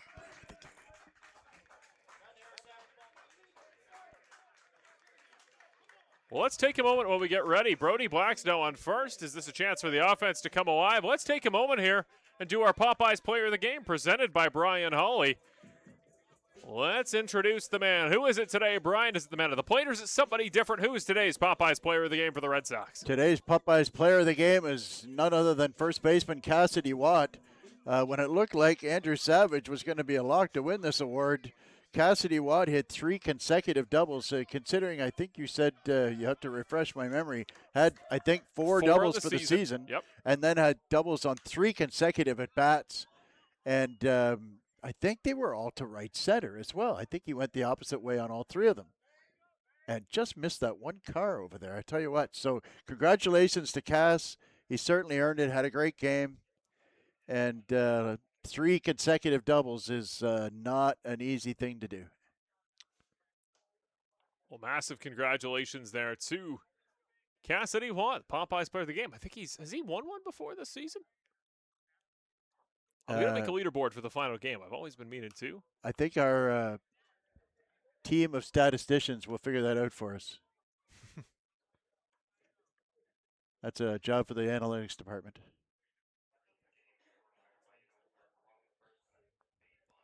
Well, Cassidy Watt, good on him. And an appearance today at first.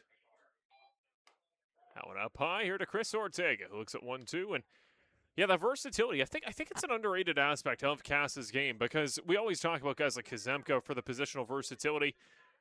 But Cassidy Watt out there, he'll play right, he'll play first. He played some third last season.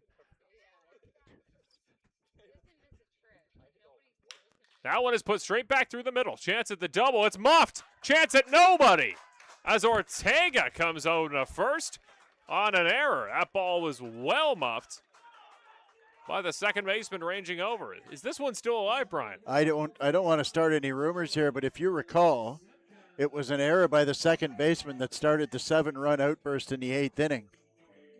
And I'd really hate it if they scored 7 runs in this inning.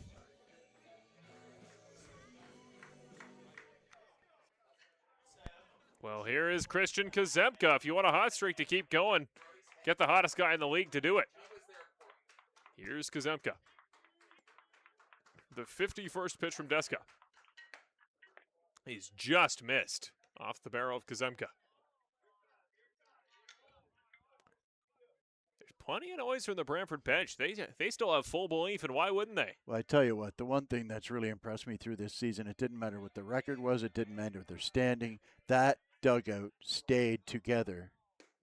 And that is a real testament to the character of the young men in that locker room. Called strike 2 on Kazemka. He's going to call time. He's going to grab his composure once again. Get ready to do some more damage.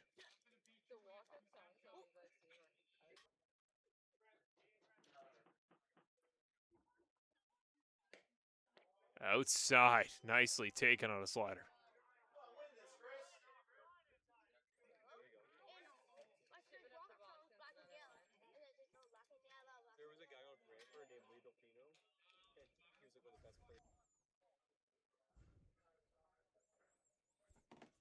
One-two count.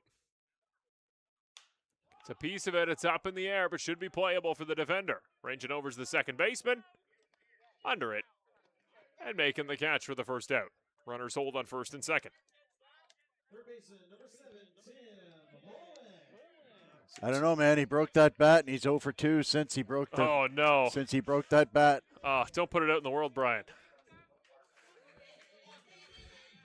Alrighty. It is Tim Holick, who is up for his 5th time. He reached on an error earlier in the ball game, and since then, a pair of punch-outs and a pop-out. Hoping to get back in form. That one is struck pretty well out to right, lined over the head of the right fielder. Off the fence, the runners get on their horse. Oh, the base pass get clogged up. They try to throw to home. He's in time. Brody Black scores for his second time today. And Tim Holick is the man with the RBI. We kind of had a log jam, didn't we, Brian? Ortega checks up on second. Holick's ran in for the double, and he almost gets caught in no man's land. Well, Ortega took a terrible path on there. He did a chili willy around second base, and we don't see that very often at this level. But he had to hold up and to see if the ball was caught, because I think, in fairness, it was misplayed by the right fielder Boscarino, and so he was headed directly towards second base, so he wasn't able to get out wide and round it. And as I mentioned, he got to second, did a chili willy, and wasn't able to move to third. Can I get a definition, because I've never heard the term? What's a chili willy? Yeah, I In tell you baseball what, terms. In baseball terms, it's when you go too sharp around the second base and you kind of lose your balance and do a little triple step. Google it, and you'll see a penguin named Chili Willy. And kids at home, just be careful when you Google that. People at home, Google Chili Willy, and you'll see what happens when he goes around a corner. He does that little dot, dot, dot on his outside foot, and that's what Ortega did. He did a Chili Willy. Maybe slap baseball at the end of that Google search, but 1-1, 2-1. Once upon a time, if you're over 50, you know what I mean. What's that new thing? If you know, you know. That one is up in the air. That one should be playable for the right fielders. Like Ranging it way down. forward, though. That's very shallow. That one is just barely down in foul territory. Adding to the drama of the Popeyes player of the game, here's Andrew Savage up for another at bat. What if he hits a home run here? I'm gonna have egg on my face. Would you change it though? I mean, you reserve the right to change it. We've handed the prize out. The hardware's already handed out. The check's been mailed. Your check's been mailed. Is it a bat? Is it another free? It's gonna be guys in this league. I'm not giving him a bat. Look what happened to Kazemka. They gave him a bat and he broke his. Be guys on the Jackfish with like 5 free bats. Probably just using them for kindling on the bus ride home. That's how they stay warm in Welland. They just burn bats. It's a long bus ride. 1-2. No call. Shaking his head off is Savage. He says he knew that all the way. Nobody else in the ballpark seemed to have his confidence. That was a nice take. Well, he saw the future on ball 2. Does he see it on ball 3? Or does Deska get another punch out? I don't think Deska wants to come inside here. Swing and a miss. Didn't need to get very far inside. He does get the punch out. And the Red Sox are down to their final out. It is going to be Charlie Towers. Pinch hitting. So this will be the third player in the number 7 spot. It was Martinez, it was Carosis. Charlie Towers now going to get an opportunity for the lefty. It's got a fun walk-up song. What is this? Sounds like a Latvian club hit from the 1990s.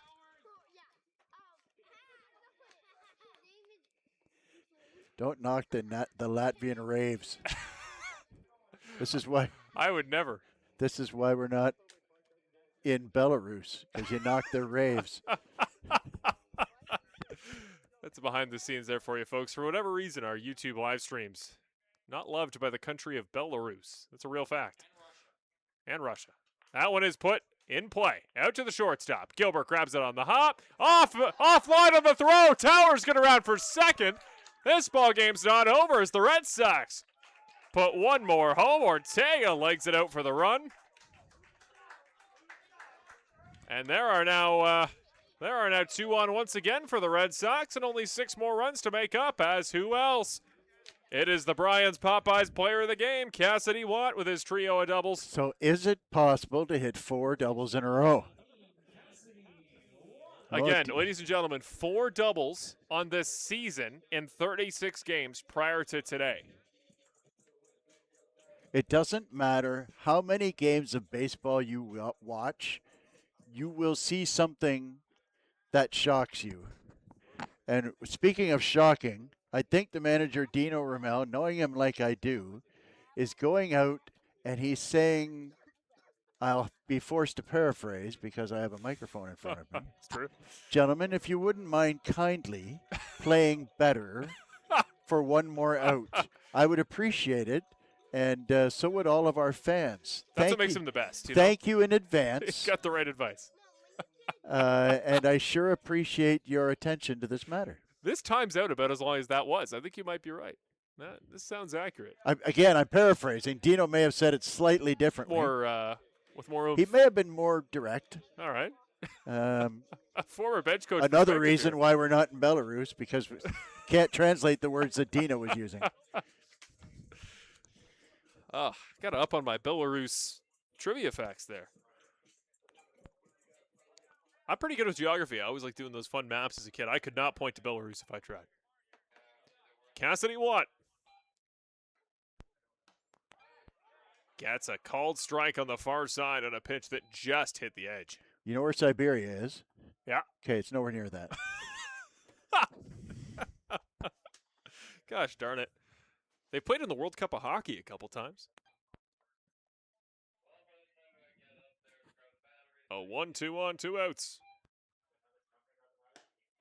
No swing. Nice checkup by Watt.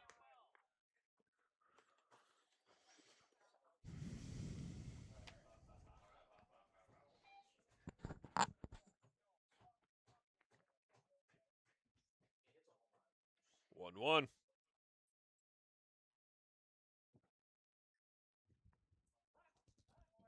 Better calls time. Well, it's going to be a quick post show once this one's done, so we'll give you guys the path ahead for the Royals fans watching from out there in Guelph. You got 2 more ball games, both at home. This is the road finale this season for the Royals. You play tomorrow at home against London and at home against Hamilton on Saturday. That one on the inside, taken by Watt for 2-1. So that's again, Guelph fans, both at Hastings, both at home, both at 7:05 start times. Tomorrow, Wednesday, and Saturday, London and Hamilton, respectively.